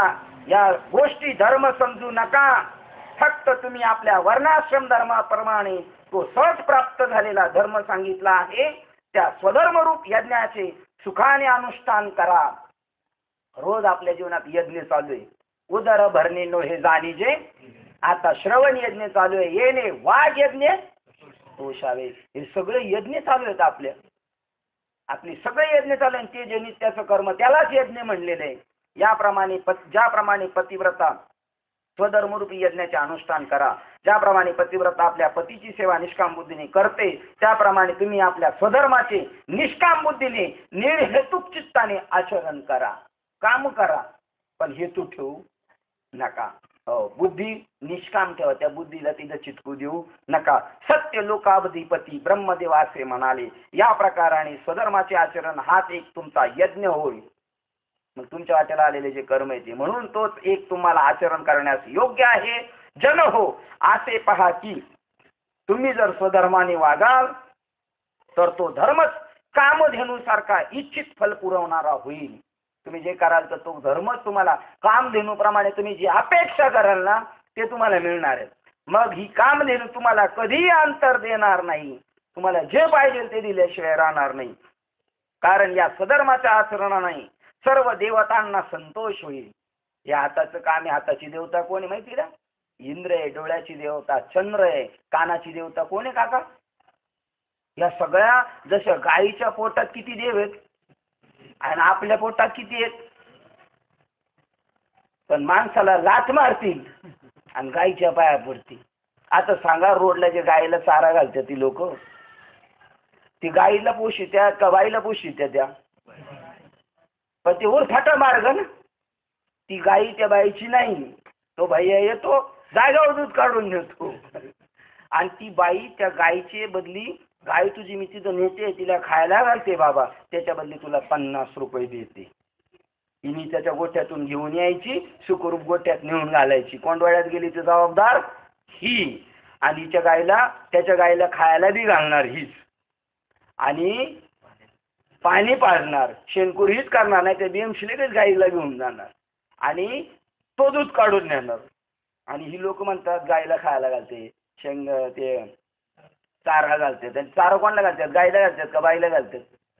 बाईलाच घालतात. पण काय करावं, या मृत्यू लोकांचा असा उफराटाने आहे. ते म्हणतात ती कामधेनुसारखी प्रसन्न होईल आणि मग तुम्हाला इच्छित फल देईल. अशा रीतीने स्वधर्माच्या आचरणाने सर्व देवतांना संतोष होईल. हाताची देवता आहे. जशी गाईच्या अंगामध्ये किती कोटी? 33 कोटी आहेत. आणि आपल्या सुद्धा 33 कोटी देवता आपल्या शरीरात आहेत. त्यांना त्यांची कामं दिली तर बरं वाटतात का नाही? आता यादवला जर काही करायला दिलं तर बरं वाटतं, त्याला नाही करायला दिलं तर ते सगळं आपल्या डोक्यावरचं पाणी उतरील पार. म्हणजे प्रत्येकाला जर वाव दिला प्रत्येकाला, तर ते लोक संतुष्ट होतात, प्रसन्न होतात. ज्याला बोलता येतं मायको, त्याला मायको बोलायला द्यायचं. ज्याला जेवण बनवता येतं, ज्याला टोल फाडता येतं त्याला टोल फाडायला, आहे का नाही? ज्याला ते काम दिलं का ते संतुष्ट होतात आणि आपला यज्ञ पुरा होतो. तसं 33 कोटी देवता आपल्या आतमध्ये, मग त्या प्रसवू लागतात आणि मग ते आपल्या हाताला यश जातात, आपल्याकडून पाहिजे त्या गोष्टी करून घेतात. मग आचरणाने सर्व देवतांना संतोष होईल आणि मग त्या तुम्हाला इच्छित विषयी फल देतील. अशा रीतीने स्वधर्माचरण रूप पूजेने सर्व देवतागणांचे पूजन केले असता त्या तुम्हाला अप्राप्य वस्तूची प्राप्त करून देतील. पा काय सोपं मार्ग आपल्याला सांगितलेलं, तू सोपे वर मामा सांगितले संती, सगळं सोपं सांगितलेले. मग ते तुम्हाला अप्राप्य वस्तूची प्राप्त करून देतील. प्राप्त वस्तूची तर संरक्षण रूपी क्षेमही निसंशय करतील. तुम्हाला जे प्राप्त झालंय त्याचा संभाळ सुद्धा तेच करतील. तुम्ही देवांना भजाल तर देवही तुम्हाला संतुष्ट होतील. देवाला कसं भजायचंय? त्याच्या वाट्याला आलेलं कर्म, हाता पायाला सगळ्यांना ते करून दिलं का देव संतुष्ट होतील. आणि मग आत्म्याची बी तशी सेवा करायची, आहे की नाही? देवाला भजाल तर देवही तुम्हाला संतुष्ट होतील. आणि अशा प्रकारे एकमेकाचे जेव्हा प्रेम जडेल तेव्हा तुम्ही जे करू म्हणाल ते सहज सिद्धीस जाईल आणि तुमच्या मनातील सर्व इच्छित गोष्टी पूर्ण होतील. कुठं असल्या त्या गोष्टी मनात अजून वाचेच्या याच्यावर पण आल्या नाही. तुम्ही नुसती कल्पना करायची का ती वास्तव्यात उतरलेली दिसेल. किती सोपी गोष्ट आहे. तुमच्या मनातील सर्व गोष्टी इच्छा पूर्ण होतील. तुम्ही वाणीने जे बोलाल ते सिद्ध खरे होईल. तुम्ही जे म्हणाल ते खरं होईल. एवढी ताकद तुमच्या स्वधर्माचरणामध्ये, म्हणजे वाट्याला आलेल्या कर्मामध्ये. शेतकऱ्याने शेतकऱ्याचं कर्म करायचं, गुरुजीने गुरुजीचं कर्म करायचं, विद्यार्थ्याने विद्यार्थ्याचं कर्म करायचं, आणि त्या कर्मामध्ये यथासांग केलं का तू म्हणेल ती गोष्ट होईल. तुमची वाणीला जे बोलाल ते सिद्ध खरं होईल आणि तुम्ही दुसऱ्यांना आज्ञा करणारे व्हाल. असं करा, येऊ करा, तेव करा असं होणार. व महासिद्धी नेहमी तुमच्या दासी होऊन तुम्हाला सेवा घ्या आपली. काय आज्ञा आहे महाराज असे म्हणतील. मंदिराच्या द्वारात असतात ना, असे म्हणतील. याचा आपल्याला बी अनुभव आहे बरं. बळच लोक म्हणतील घ्या पैसे. कशासाठी? आपल्या घरगुती नाही, देवासाठी. तरी देवाला पैसे लागत नाही बरं काही, लक्षात ठेवा. पैसा देवाला लागत नाही, आपोआप देव करत असतो. कुणी यावर्षी नाही पावती पाडली तरी सगळी गोष्ट होणार. ते उलट देऊन आपल्याला असं वाटायला नको का आपल्यामुळे होत नाही म्हणून, ठीक आहे नाही?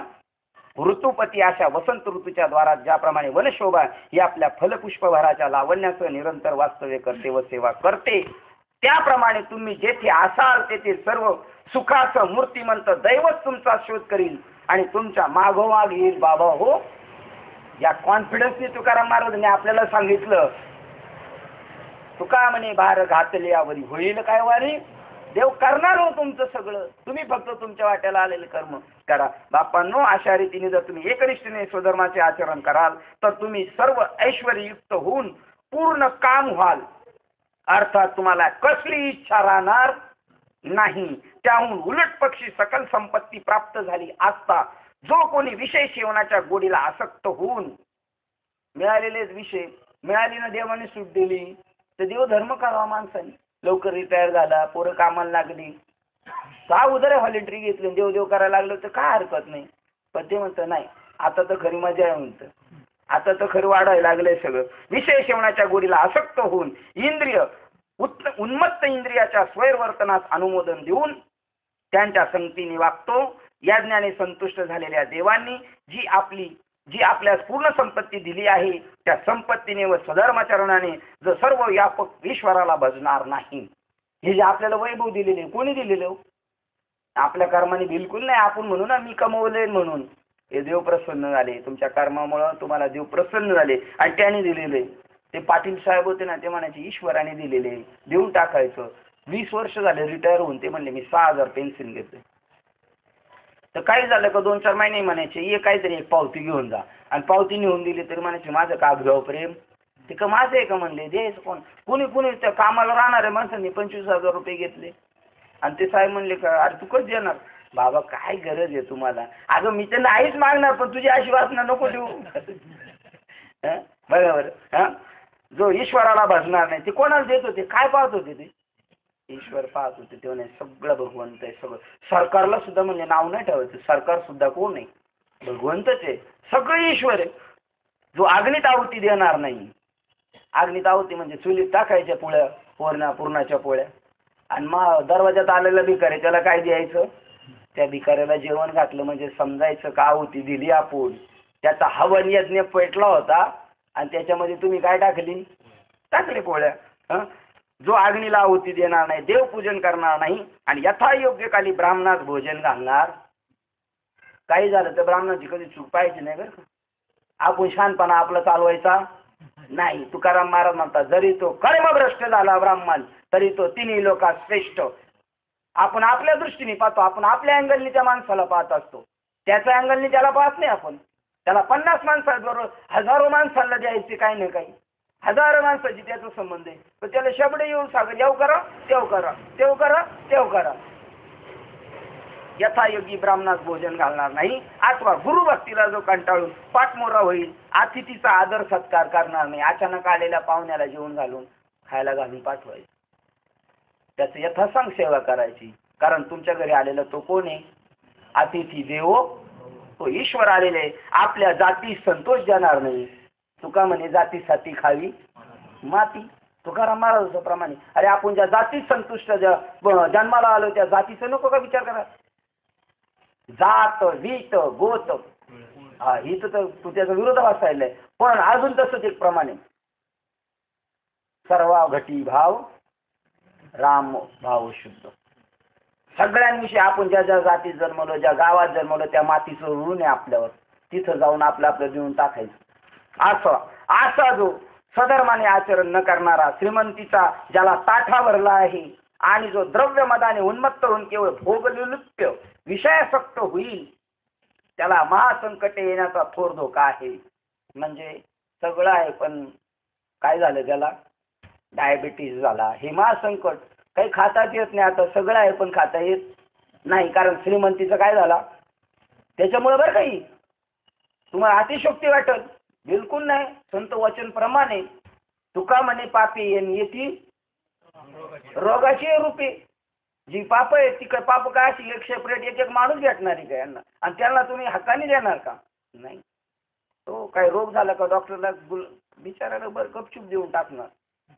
आणि ॲम्ब्युलन्सवाल्याला काय त्याला मिळणार? त्याचा धंदा करणार. हे म्हणतात ज्याचा धंदा नाही होत त्याचा धंदा करायचा. मग मी असा धंदा केला, ज्याची नवीन गाडी घेतली होती, गाडी घाटारा ड्रायव्हर आहे असाच, त्याला घेऊन गेलो आम्ही 400 किलोमीटर घेऊन. हे म्हणले याला कशाला तुम्ही दिली ऑर्डर? म्हणलं तुम्ही सांगितलं तर ज्याचा धंदा नाही होत त्याला. मग इकडून बाबा बघायला रस्ता नाही, इकडून अरुण बाबा, इकडून तर बाबा जाऊ दे बरोबर हे जाऊ दे. आणि हा गाडी चालू तरी आई ना उडव अमुक उडव. शेवटी डोबळे साहेब म्हणजे तुम्ही बसा माग मी बसतो गाडी चालवायला. कोण करणार हो यांचा धंदा? सांग बरं. आता आपल्या गावाला आमची नानी आहेत आले, ते आम्हाला घालायचं होतं गोंधळ घालायचा होता. आणि त्या गोंधळाला मी सगळ्यांच्या गावावरून गेलो. म्हणलं आता लवकर जाऊ बोर बाबा नानी. म्हणलं आता जाऊन घरी जाऊन आराम करू बरं का. आपण आराम करू म्हणलं आपल्या आळीला काय वाजत आहे काय माहिती, अजून ते तुमच्या वाटेवरच वाजत. ते म्हणले गोंधळ आहे. मग गोंधळ केला, पोळ्याचा स्वयंपाक केला आणि गोंधळाला म्हणलो जेवा. ते म्हणले छे तिघांचा घमघमाट वास. गोंधळ घालायला आलेली.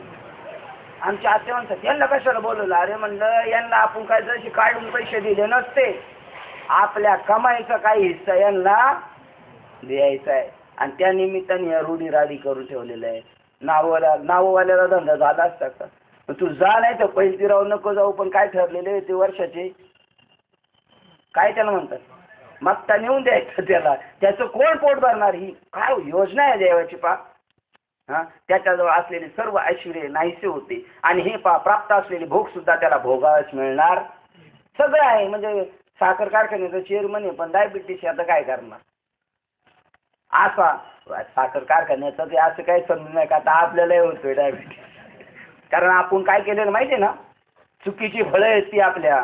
कोणावर राग रुसवा नाही करायचा. त्या ताई पडवळ काकीची मुलगी अभंग म्हणत होती एक दिवशी, काय भोग तो न घडे संचिता वाचून. जे भोग घडतात ते आपल्या संचितात होते. करावे ते मनी म्हणून मनी मानू नये खेद. का असं झालं माझ्या जीवनात? मला का असं झालं? म्हणून मनी म्हणावा गोविंद वेळोवेळा. सारखं त्याचंच नामस्मरण करायचं. जे बी आपण आज भोगतोय ती आपली मागील केली भोगे जाणो येती मागील ती कर्म. आपली मागची कर्म काय लायकीची होती ती आता आपल्या भोगण्यावरून बघायचं. आपण काय मागे प्रतापन दिवे लावलेले, पण आता ते गपचूप गुलामीने भोगून सारायचे. का झाड जाणी जे फुले आणि मानस झाली जे बोले आणि भोगे जाणे जे केले कर्म. आपण मागे जी पूर्वजन्मीची कर्म केली ती आता भोगतोय. आपल्याला कोणी काही दिलेलं नाही त्रास. हे निमित्त वाटते यांनी त्रास दिलाय, पण ते आपल्या मागील कर्माचा हिशोब चाललेला आहे आणि तो फायद्याचा आहे आपला. सगळं क्लिअर करून जायचं आपल्याला. आता परत येण्याच्या भानगडी शिल्लक ठेवायच्या नाही. हरी कृपे त्याचा नाश झाला. असं आयुष्य, ज्याप्रमाणे भोग सुद्धा त्याला भोगास मिळणार नाही. जसं आयुष्य म्हणजे बघा ना, काही काही लोक बघा इथं मर्म मेले 10/10च्या खोलीत राहिले. बरं 10/10ची खोली डबल केली. डबल केल्यावरती भाडोत्री नाकारली. एवढ्या अटीतटीच्या याचा सामना लावला आणि गावाला घरभरणी केली. मोठ्या बाबाचं कीर्तन ठेवलेलं आहे आणि मोठं घर बांधणं म्हणून आता गावाला आयुष्य आराम करायचा. घरभरणीच्या पत्रिका यांनी वाटल्या आणि घरभरणीच्या अगोदर 8 दिवसच याचा कार्यक्रम झाला. दशक्रिया अगोदर करावं लागली मग घरभरणी करावं लागली. याचा अर्थ काय त्याचा? ज्ञानेश्वर महाराज म्हणतात त्याला असलेले ऐश्वर्य नाहीसे होईल. त्याच्याजवळ असलेले ऐश्वर्य नाश होईल आणि हे प्राप्त असलेले भोग सुद्धा त्याला भोगावास मिळणार नाही. जसा आयुष्य संपलेल्या शरीरात प्राणवास करीत नाही किंवा दैवहीन करीन त्याच्या घरी लक्ष्मी राहत नाही, तसा स्वधर्माचा लोप झाला म्हणजे सुखाचे आश्रयस्थान नष्ट झाले म्हणून समजावे. आपल्या वाट्याला आलेलं कर्म कधीच टाकू नये. स्वधर्माची प्रार्थना केली नाही ना आपण सगळ्यांनी जर आपल्या स्वधर्माचं पालन केलं तर रामराज्य आल्याशिवाय राहणार. कारण रामराज्यामध्ये ज्याच्या वाट्याला आले ते कर्म तो करत होता. आता आपल्या कामावर वाट्याला आलेलं कर्म आम्ही सही करून लगेच घरी पळून येऊ. काय साहेब सही केली का घरी पळून यायचं काम पुढं करतोय आपण. तसा स्वधर्माचा लोप झाला म्हणजे सुखाचे आश्रयस्थान नष्ट झाले म्हणून समजावे. दीप मालवता क्षणी त्याचबरोबर जसा प्रकाशही नाहीसा होतो त्याप्रमाणे ब्रह्मदेव म्हणतो प्रजाजन हो, जो आपापल्या वर्णाश्रम धर्माचे आचरण सोडतो त्याचे स्वातंत्र्य खरोखर नष्ट होते. हे नीट ऐका. आणि मग तो गुलाम होतो लोकांचा. त्याचं स्वातंत्र्य संपलेलं आहे. म्हणून स्वधर्माचा जो त्याग करील त्याला काळ यमधर्म शिक्षा करील आणि हा केवळ चोर आहे असे समजून त्याच्या सर्वस्वाचे हरण करून टाकील. मग रात्र झाल्यावर स्मशानात जशी भूते व्यापून टाकतात तशी सर्व संकटे त्याच्याजवळ येऊन त्याला घेरतात आणि त्रास देतात. हे प्रत्येक जण आज जो कर्म करतो, कधी कधी रोडला वाईट वाटतं, काही काही गोष्टी पाहिल्यानंतर वाईट वाटतं आपल्याला. पण हे म्हणतात काय वाईट, कोणाचं वाईट वाटून घ्यायचं आपण.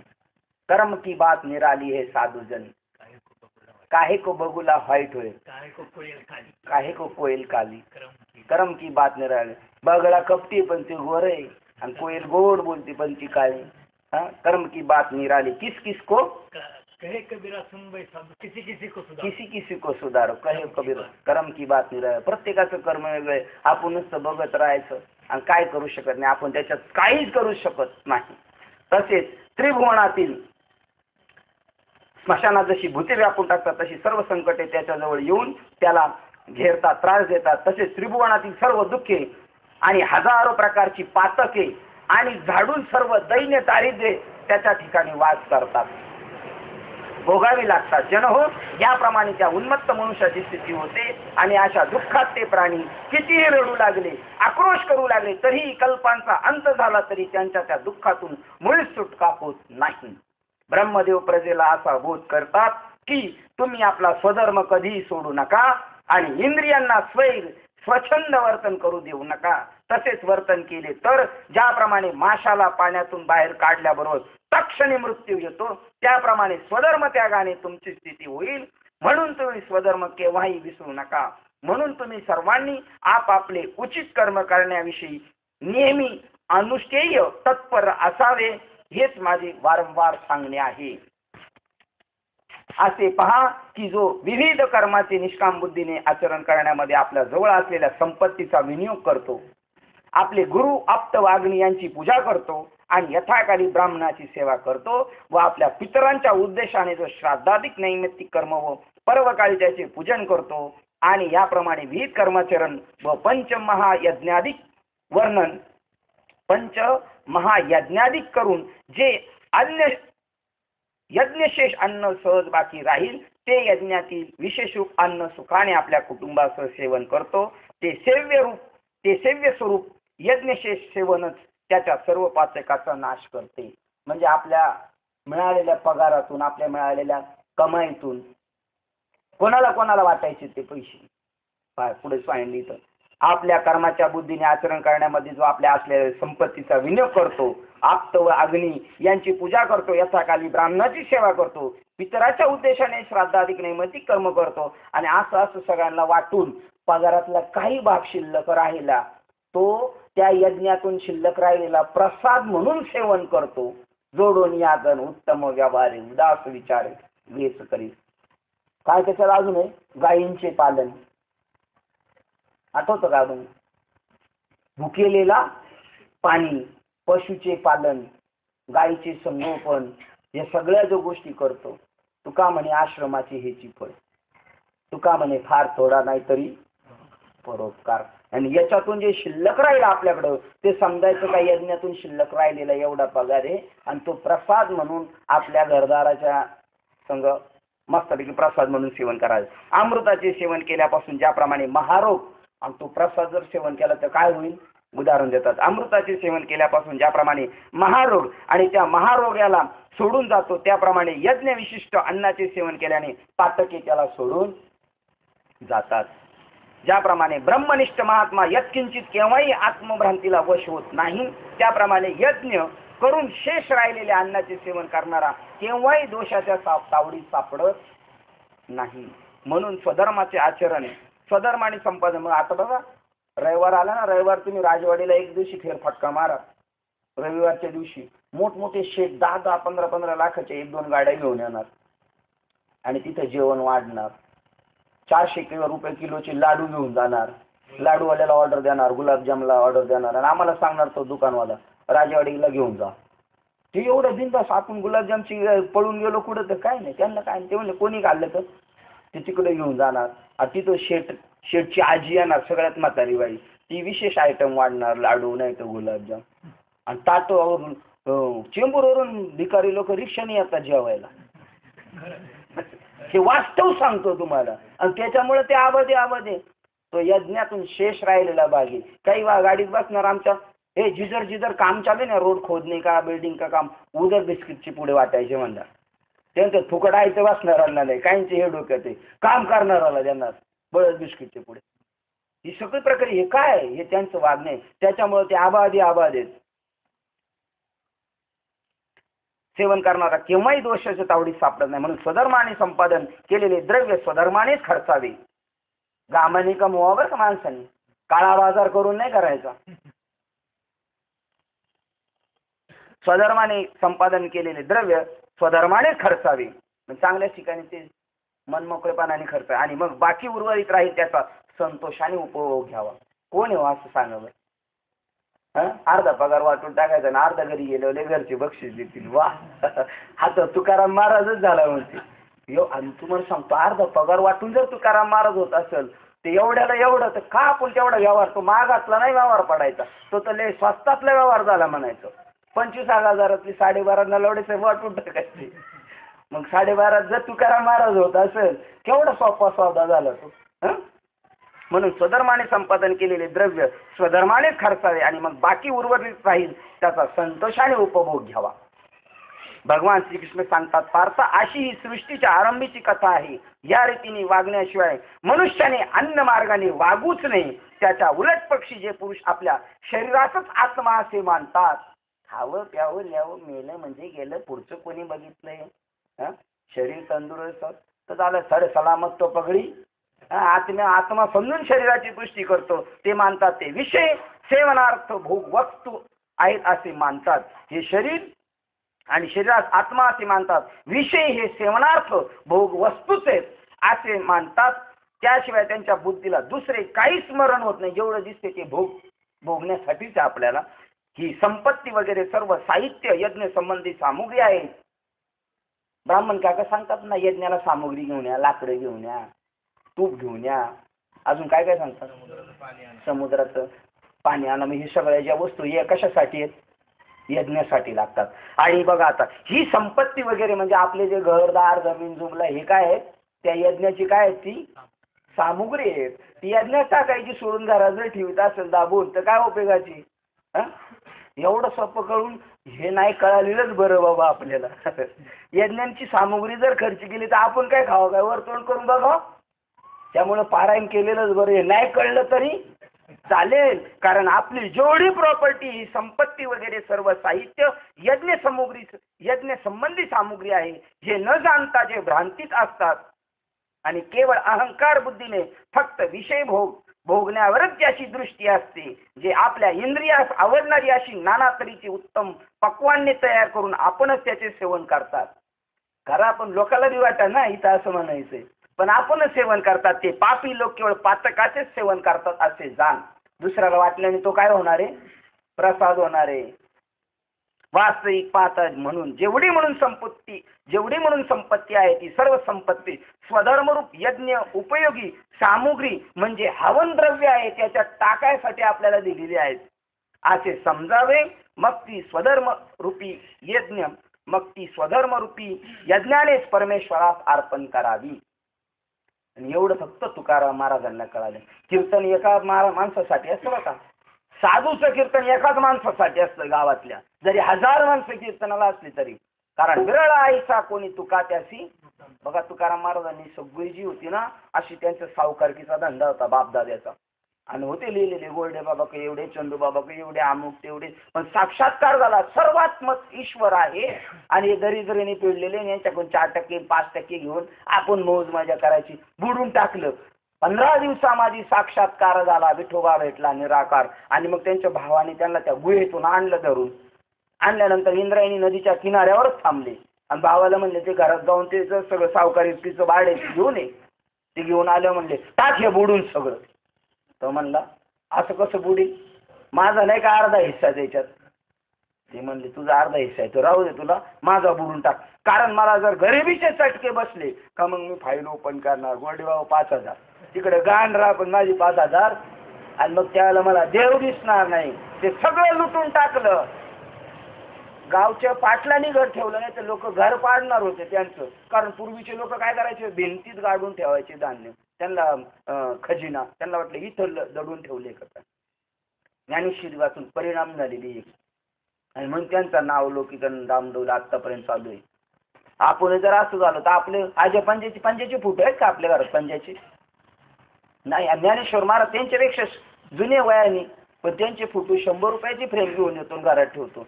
त्या शिनेलकर बाबाच्या घरात बघा केवढी मोठी फ्रेम आहे, 2-3 हजाराची नुसती फ्रेम आहे. पण पंजोबाची फ्रेम नसणार, कारण त्यांनी वाटोळच केलं सगळ्यांनी.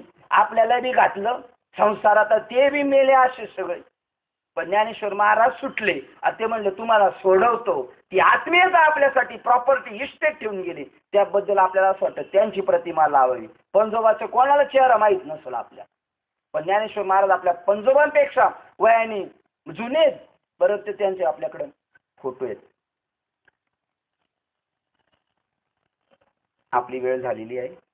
हे सर्व सोडून वास्तविक पाहता जेवढी म्हणून संपत्ती आहे ती सर्व संपत्ती स्वधर्मरूपी यज्ञ उपयोगी सामुग्री हवनद्रव्य आहे असे समजावे. मग ती स्वधर्मरूपी यज्ञानेच परमेश्वरास अर्पण करावी. हे सर्व सोडून पहा. तुम्हाला सांगतो, ते कोळी काका वारले, त्यांची पुण्यतिथी परवा होती. त्यांची मंडळी बघा, त्यांच्या दशकरीला गेलो तर त्या एका ताईची अवस्था झाली तर ती त्यांना सांभाळते. एक म्हणला काकी यांना अनुग्रह द्यायचा, तिचं मालकाचं दशक्रिया चालेल, ही अनुग्रह देते, आहे का त्याला कशाची. आणि नंतर मी एकदा गेलो कार्यक्रमाला तर मुलांनी गाडी घेतली होती, म्हणलं आईला रात्रीचं जायला लागतं पोरगा, तर एका ताईला घेऊन यायची कीर्तनाला जाताना आणि रात्री 12 वाजता प्रत्येकाच्या घरी नेऊन सोडलं आणि तिला सांगायचं जा दरवाजा वाजव. मग दरवाजा खोलल्या का तिथून रिवर्स टाकायची गाडी, आपण रिक्षा पैसे देऊ नये पण त्याच्या दरवाज्यात घेऊन जात. मी म्हणलं असली कोण सेवा करणार आहे त्याच्या दरवाज्यात. मी म्हणलं काकी कोण असं करणार आहे. नाही बाबा, आपल्या भरोशावर त्यांच्या घरच्यांनी पाठवलेलं आहे, आपण सुखरूप त्यांना नेऊन घातलं पाहिजे, आपलं कर्तव्य. काय प्रेम लेकुराचे हित वाही माऊलीची चित्त आयशी कळवळ्याची जाती. आणि स्वतःची गाडी स्वतःची कपडे खर्च करून आणलं, खायला घालणार, माळे त्यांची, एवढा आपला थाट करणार कशाच्या जीवावर. मग ते स्वधर्माने परमेश्वरास अर्पण करावे. हे सर्व सोडून पाहते मूर्ख लोक आपल्या स्वतः करतात, नाना प्रकारचे पदार्थ तयार करतात. ज्या अन्नापासून यज्ञसिद्धी जातो आणि परमेश्वर संतुष्ट होतो ते हे अन्न सामान्य योग्यतेचे नाही हो. म्हणून या अन्नाला साधारण असे समजू नये, तर अन्न हे ब्रह्मरूप आहे असे समज. कारण अन्न हे सर्व जगाचे जीवित हेतू म्हणजे जगण्याचे साधन होईल. लोक म्हणतात देव पाहिलं नाही आम्ही, देव भेटणं एवढं सोपं आहे का. आणि पंक्तीला बसल्यावर काय चाललंय आपलं. श्लोक कोणता आहे. वदनी कवळ घेता नाम घ्या श्रीहरीचे जीवन करी जीवत्व. अन्न हे आता अन्न हे पूर्ण ब्रह्म आपण खातो. आणि म्हणून ज्ञानेश्वर महाराज म्हणतात अन्नाला सामान्य समजू नये, अन्न हेच परब्रह्म आहे. पहा त्या परब्रह्मावर जगणे आमचं जेवणं झोपणं खाणं त्याच्या सानिध्यात त्याला ओळखावं. म्हणून त्या ब्रह्मा अन्नाला साधारण असे समजू नये, तर अन्न हे ब्रह्मरूप आहे असे समज. कारण अन्न हे सर्व जगाचे जीवित हेतू म्हणजे जगण्याला साधन होय. आपण 133 क्रमांकाच्या ओळीला थांबतो. 3ऱ्या अध्यायातल्या आताचा सारांश असं आहे, आपल्या वाट्याला आपल्याला जे बी ज्याच्याकडे आहे काही ना काय आहे ते कोणाकडे, ते सगळं भगवंताने आपल्याला जे दिलेले आहे ते कशासाठी दिलेले.